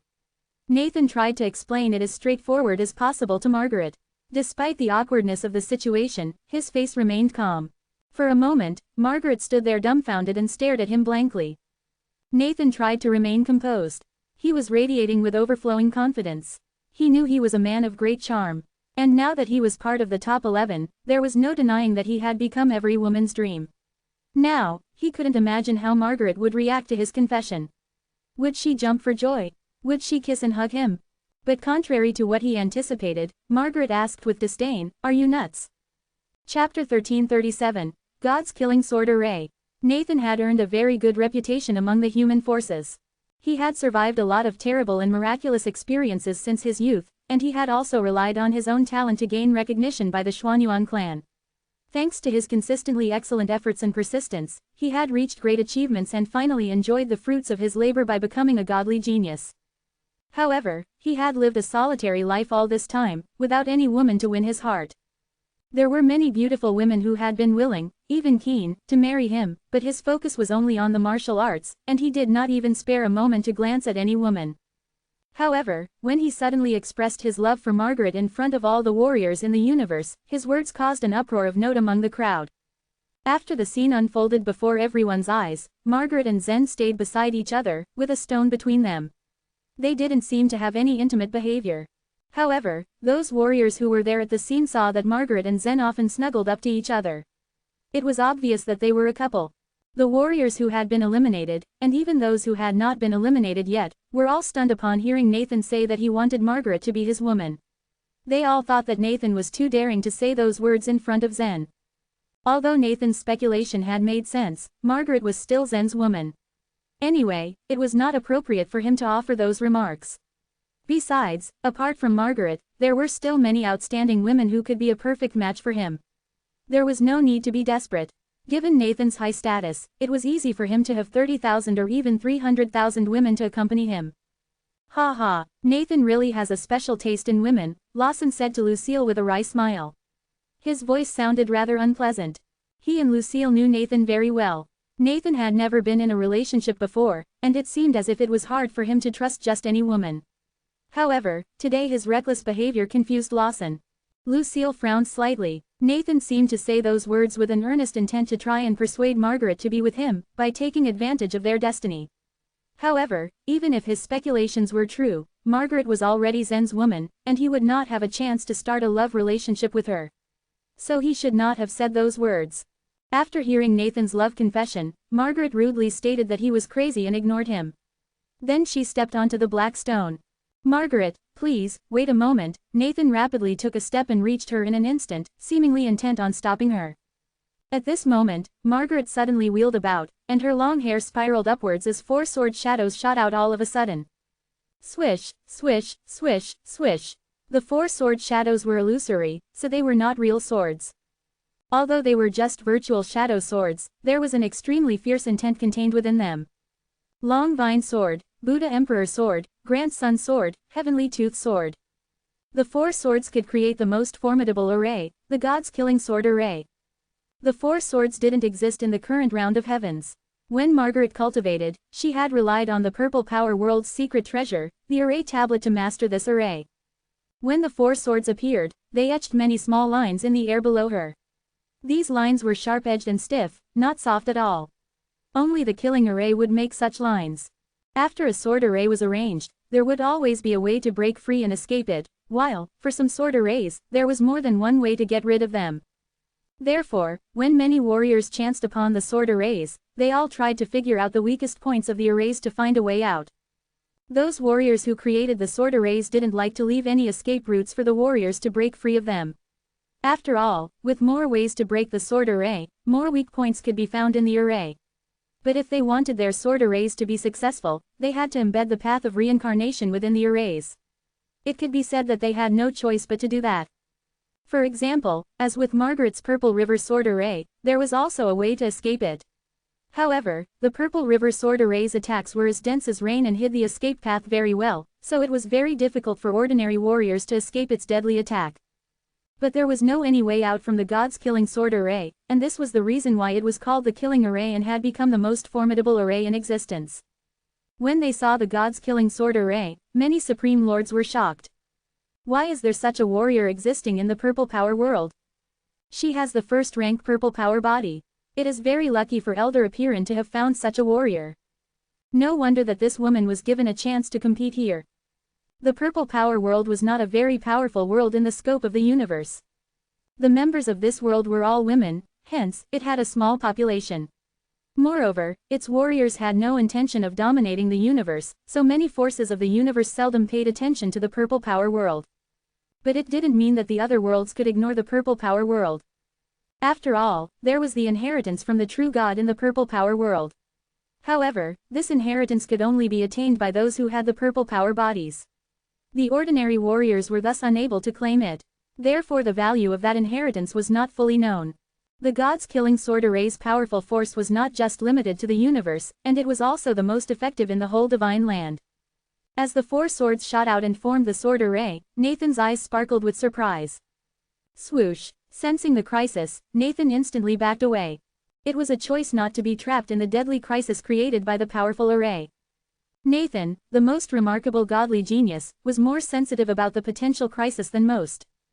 Because of his sensitivity, he could feel the terrible strength and intent of the sword array. In the blink of an eye, Nathan moved about 1,000 feet away. At the same time, he prepared himself to battle. There was a blood-red gleam in his eyes. After entering the illusion battlefield, Nathan had never fought with great seriousness against the other warriors. He had been defeated only once, by Lawson, just because he was tricked by Lawson and as a result the heavens killed him. At that time, he didn't have the chance to display his actual strength. Or rather, he was unwilling to show his strength at all. However, when Margaret suddenly created a part of the gods killing sword array, Nathan became fully vigilant. The godly geniuses on the stones all remained silent at the sight of the sword array. The strength that Margaret displayed before had not been that powerful. The Purple River sword array was of course quite impressive, but in the eyes of the godly geniuses, it was nothing, and barely worth mentioning. So they didn't take Margaret seriously or see her as a powerful opponent. In fact, they didn't think highly of Zen either. Although Zen had once defeated Cindy, her dream godly way was not that remarkable. If her opponent couldn't find out what the pivotal item of the dream was and break it, she was invincible, but, if her opponent found it out, she would be defeated in an instant. Even though Zen had triumphed over her, truthfully, he had not relied on his strength. Besides, his strength might even be as powerful as that of the top ace talents, but he was still greatly inferior to the godly geniuses. Now, with Margaret's unexpected display of the gods killing sword array, everyone was astonished by her. The killing intent from the gods killing sword array was indeed formidable, and it could even be regarded as having its own internal momentum. Could it be that Margaret had also managed to activate her Mahayana lotus flower? Was she secretly also a godly genius? With 4 virtual swords floating around her, Margaret glanced at Nathan, who was not far away from her, and hissed, "Don't get close to me." Then she gently leapt from her own stone and chose to admit defeat. In this round of the battle, Margaret lost, by choice. Nathan stood still, favoring an embarrassed expression on his face. At the beginning, he had been so confident and brave to tell others about the destiny he had deduced. But now, he had been scared by the sword array and had backed away, which placed him in an awkward situation. He was, after all, the #1 godly genius. Being the most outstanding warrior among his peers, he had never been afraid of anyone or anything before. But the killing intent releasing from the sword array moments ago was indeed too terrible to behold. Even when he thought of it now, he still believed that it was the correct choice for him to retreat at the time. Nathan might not have been able to break the sword array, and he still thought that if he had been trapped in it, he would surely have been killed. When thinking of Margaret, he believed that his earlier speculation was proven correct. Margaret was the only one who could be a perfect match for him, but she just didn't believe that, yet. Right at this moment, he raised his head slightly and saw someone on a stone not far away staring at him. That warrior was none other than Zen. Zen just looked at him with an extremely calm and meaningful gaze. They didn't say anything to each other, but then Nathan returned to his own stone after he gave a brief snort. Chapter 1338, Formidable Qart. Zen did not have any ill feelings towards Nathan. The two of them had hardly interacted. But now that Nathan had spoken to Margaret like that, it meant he had ignored Zen. Margaret had not married him, but she was still his girl. There were many ways in which Zen could be magnanimous. But how could he bear others lusting after his girl? How ridiculous. Margaret, who was slowly floating up onto the stone, pursed her lips and said. She didn't believe Nathan's explanation of fate for a minute, but she was still a little panicked. She was afraid that her fate would take the path that Nathan had predicted. Nathan had just predicted her fate according to the situation on the Heaven-Earth board, but he hadn't talked about Zen's fate. If what he said was true, what would happen to Zen? It's just a madman babbling his mad talk. Don't take his words to heart, Zen said with a smile. I'm not taking it to heart, Margaret said, winking at him. She'd been afraid that Zen wouldn't be happy. But watching his relaxed expression relieved her to no end. How could she have known what went on in a man's mind? In many ways, a man had to bear a lot of pressure, but this was intolerable. Zen looked relaxed, but he had already made up his mind to kill Nathan. The first battle had ended with Margaret admitting defeat, but since it was not an elimination battle, there were still 11 people. Soon, the second battle began. Just as Nathan had guessed, the 2 stones for the second battle had been chosen in a baffling manner. What was more, they were in different directions and neither of the fighters had been eliminated. At this stage, many of the winners and losers were crucial. But the black and white sides did not tangle with each other. Instead, they began to arrange their territories once again. This battle was won between Lawson and the ogre warrior Parker. Parker was the only godly genius of the ogres. The clash between the godly geniuses was usually extremely fierce. They were just one step away from acquiring a godly plate, so they were careful. Although Lawson was extremely powerful, Parker was also a godly genius. Both sides were on guard. But once both sides fell to the board, each waited for the other side to admit defeat. The truth was, if either side were to admit defeat, it might have had an effect on the entire game, but not much of an impact on themselves. However, the warriors who had come to this stage did not want to lose their momentum. Lawson had initially been arrogant. He knew that Nathan was stronger than him, but he was still willing to scheme and kill him. So how could he admit defeat now? Parker, on the other hand, was an ogre godly genius who saw admitting defeat as even more of a humiliation. The 2 sides remained in a stalemate for quite a while before they made a move. This was the first time that 2 godly geniuses had crossed swords. Lawson pulled out the wolf teeth shadow, the supreme divine weapon of the Lai clan. This was a divine weapon ranked 11th on the universe spirit tablet. Parker wasn't weak either. There weren't many talents among the ogres and Parker was the most breathtaking one. Thankfully, these 2 godly geniuses were well aware that the fiercer the battle became, the more advantageous it would be for the 9 other warriors. If the next round turned out to be an elimination round and one of these 2 was chosen again, the one who had exposed their trump cards in this fight would have low chances of victory in the elimination round. Halfway through the fight, Lawson had succeeding in suppressing Parker. Parker was unwilling to admit defeat, but he had to do it if he wanted to conserve his strength. This battle was Lawson's victory. And just as the 2 of them had feared, the third battle turned out to be an elimination battle and Parker was chosen again. When Parker was pressed onto the heaven-earth board once again, the ogre warriors started cursing loudly. When Parker had admitted defeat, the ogre warriors had believed that it was certain that he would enter the top 10. After all, Parker's chances of being chosen consecutively weren't high. And if someone else were to leave in the elimination battle, Parker would obtain a godly plate without fail. But they hadn't expected Parker to be chosen to fight again moments after he had admitted defeat. And he was facing an elimination battle. His opponent was now Qart, a young monk with fair skin and an unremarkable appearance. Qart was the only godly genius of the blessed Buddha land, the reincarnated prodigy of the hidden spirit temple. There were very few martial artists in this world who could figure out the mysteries of reincarnation. When most martial artists reincarnated, their memories were usually completely erased. As the greatest temple in the universe, the prodigy had all sorts of powerful people within it. Qart had been reincarnated and had begun to circle the lap while he was still in the womb. He had absorbed the nature life energy and had been born with the ability to speak. He had started cultivating when he was 3 months old and broke through to the nature level at the age of 1. Qart didn't speak much and didn't have much of a presence. Very few people paid attention to him. If the strength of the godly geniuses were to be ranked, it was obvious that Qart would be at the bottom of the list. Many people thought he was only a bit stronger than Zen.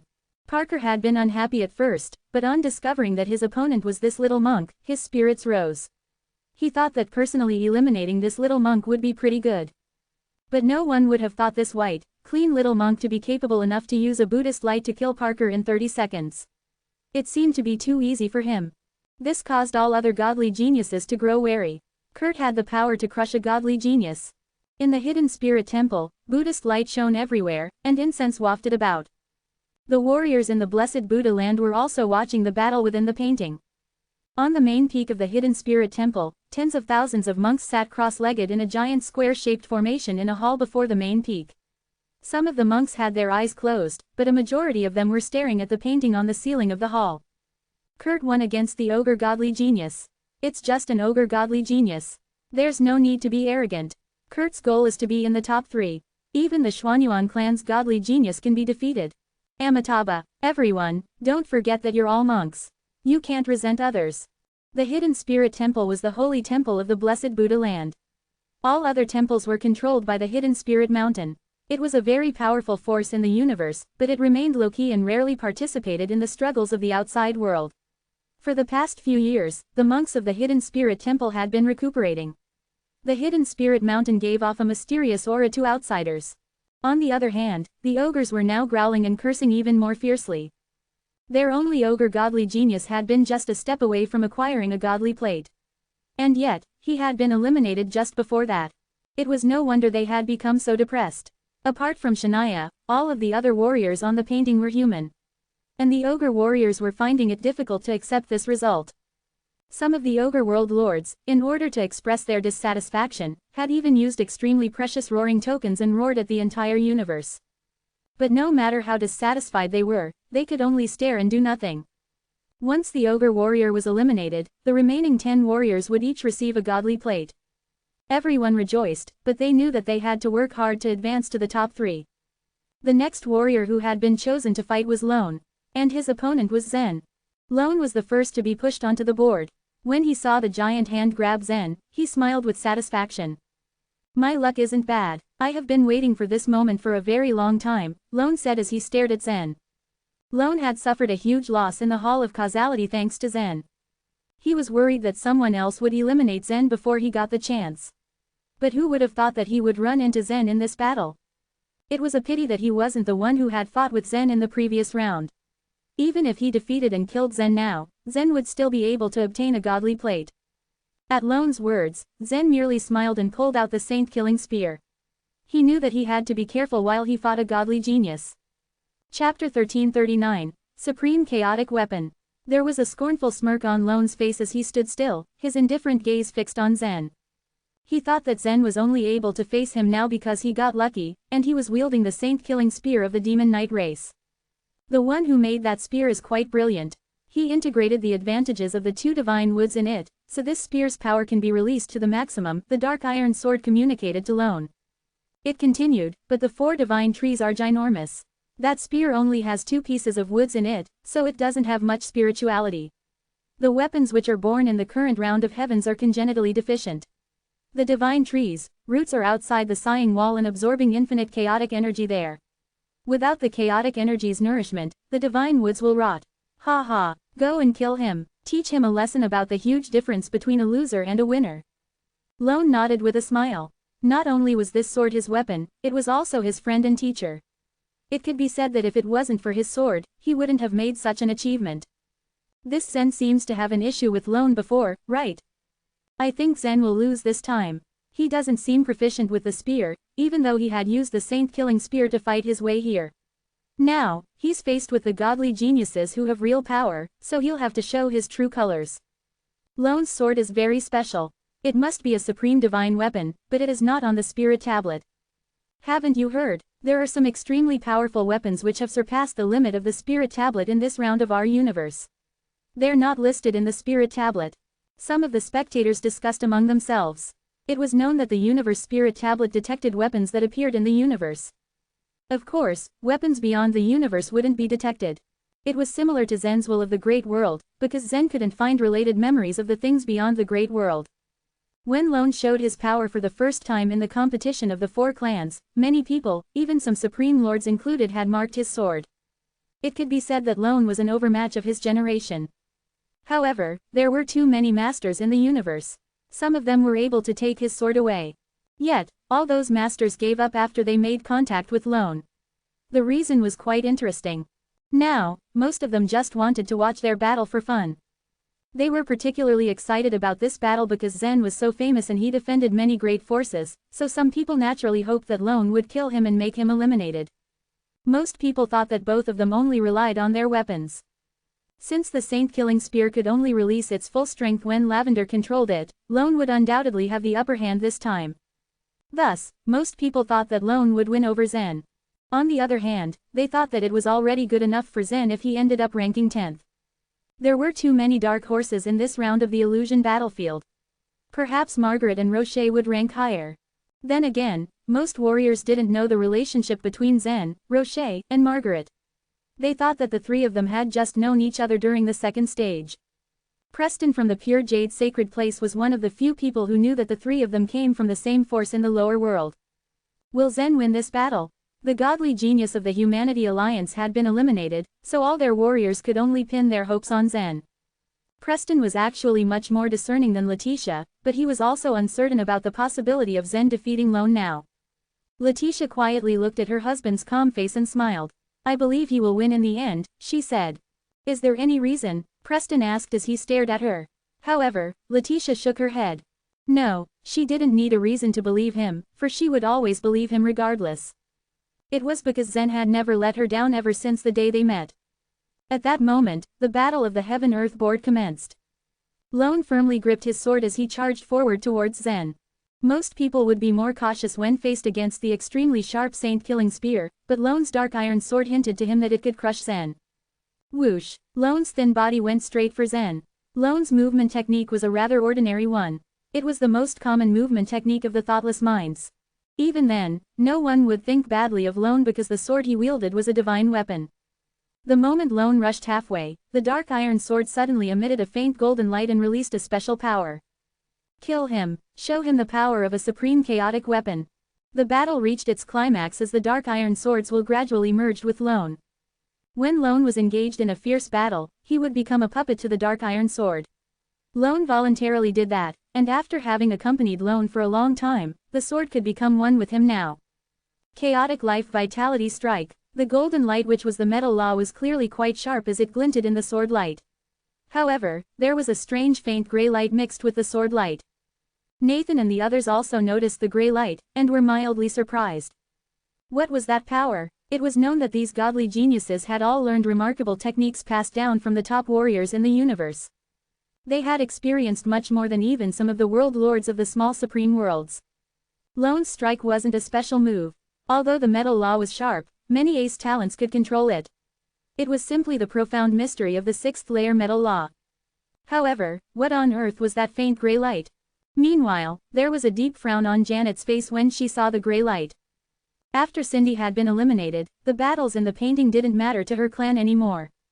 Still, most people still wanted to watch the battles among these godly geniuses.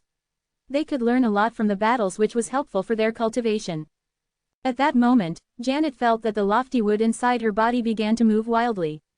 It seemed to be anxious because of hunger. It also began to twitch when the faint gray light appeared. How could the faint gray light cause such a reaction from her lofty wood?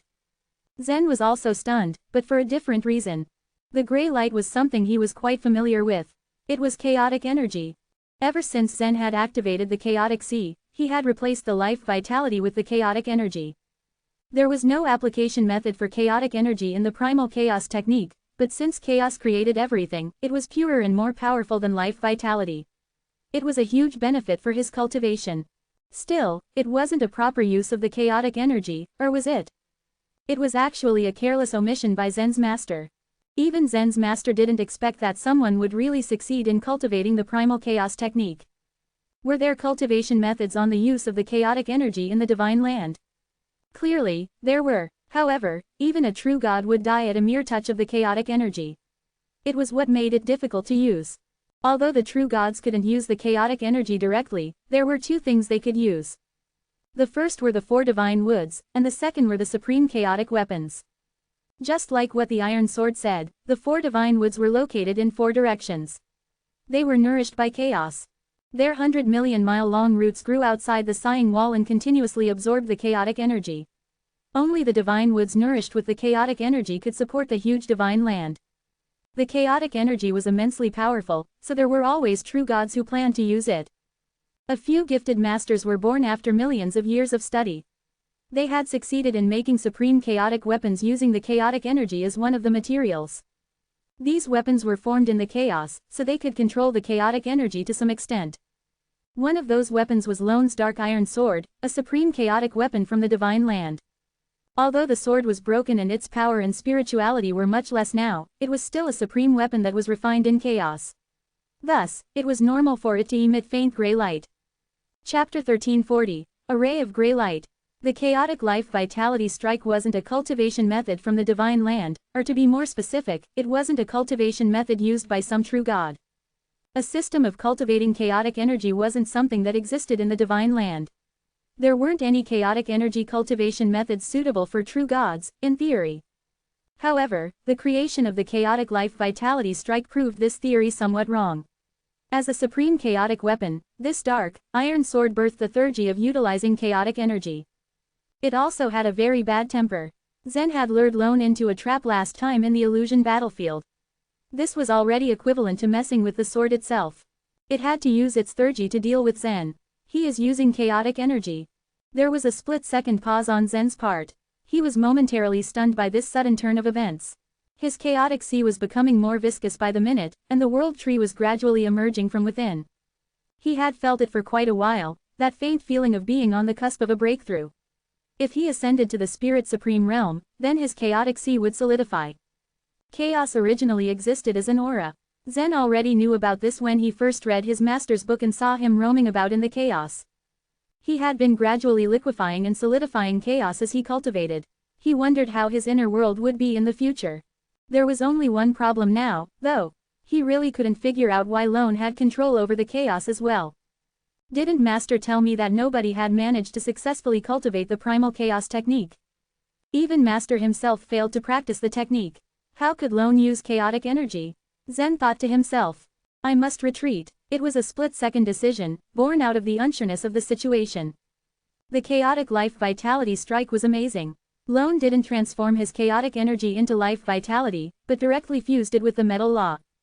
Shoo, shoo, shoo, shoo, golden and gray rays of light started shooting towards Zen as he attempted to flee. The golden light wasn't a big problem since Zen's divine weapon body could resist and deflect it. The gray light, however, was an entirely different story. Whoosh, puff, the gray light seemed to have the ability to pierce through anything. At that moment, both rays of light reached Zen. The golden light failed to break through his defenses. The gray light, on the other hand, easily pierced through him, quite literally. There was a bloody hole of melted flesh from where Zen had gotten hit by the gray light ray. 8 smoky melodies, he shouted. The only thing that chaotic energy gave Zen was a powerful boost. Before, his use of chaotic energy was limited to allowing the chaotic energy to devour things and convert itself. Zen would often convert the chaotic energy into law power before using it to protect his secret.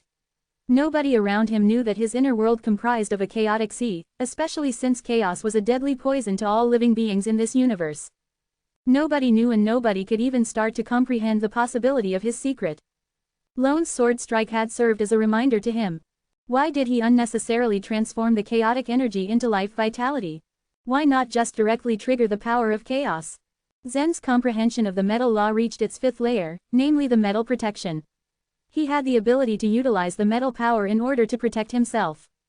However, he barely found any need to use it since his divine weapon body was better. Run away, haha. Let's see if there's a place you can actually hide in. Weren't you so confident back in the Hall of Causality? Lone jeered, following Zen as he swung his sword around. He looked like a ridiculously overpowered hedgehog from far away, with the numerous rays of golden and gray light that surrounded his entire body. The heaven-earth board was large, around 1 million feet in both width and length, but its area was still limited. It didn't even take more than 3 seconds for these godly geniuses to pass the entire board. Zen would inevitably be forced into a corner. That much was obvious. No matter how strong his body was, it would still yield to the powerful gray light rays. Zen is about to be defeated, Nathan murmured. In his head, he was trying to figure out a way to beat Lone's gray light rays. Lucille pouted, what a pity. Zen is defeated by a single move. This is so boring, Lawson commented. He spoke the truth though. The moment this battle began, Lone had already utilized the chaotic life vitality strike to attack. Meanwhile, Zen didn't seem to have the power to fight back at all. It was boring since there was no excitement in guessing who would win and the victor was already obvious from the very start. Like I said, Zen is strong but he's nothing compared to a real godly genius. Even if he loses, he'll still get a godly plate. What if he gets lucky again one day? Who knows, perhaps there might be some godly tile in that fairy palace of his. He might just become a true god one day. He's got a really good stroke of luck. I'm quite envious of him. As a warrior from the lower world who was able to make it this far, Zen was truly lucky in the eyes of so many people. In the onlookers' eyes, none of the ace talents of those large forces was inferior to Zen. However, those talents had long since been eliminated. They were now mere audience to this battle. From how they saw it, it was Zen's honor to lose to Lone. Margaret stood on top of her stone while Letitia stood gracefully in the pure jade sacred place, both watching Zen with rapt attention. He couldn't be beaten so easily. He just couldn't. They refused to believe it. Rocher's eyes flashed. You won't lose before we exchange blows. Puff. Despite executing the 8 smoky melodies and dodging all those rays of light, Zen still got hit every so often. The sharp gray light rays were vicious and left hole after hole of melted flesh in Zen's body where blood gushed forth like a spring. Give up. You should be glad we aren't outside or you would die for real. Lone had grown crazy with mirth as he watched Zen get hit by his attacks time and again. His thoughts had gotten frazzled ever since he and the sword fused into one. Zen understood his circumstances and quickly calculated his next move. He withdrew from the sun and flew past the star before finally arriving at the edge of the heaven-earth board. As he moved, he left behind a morbid line of dark, red blood from his wounds. At that moment, there was really nowhere else he could run to. Lone strode towards him, sword raised up high as he prepared to deal the killing blow. Zen was already a dead man to him.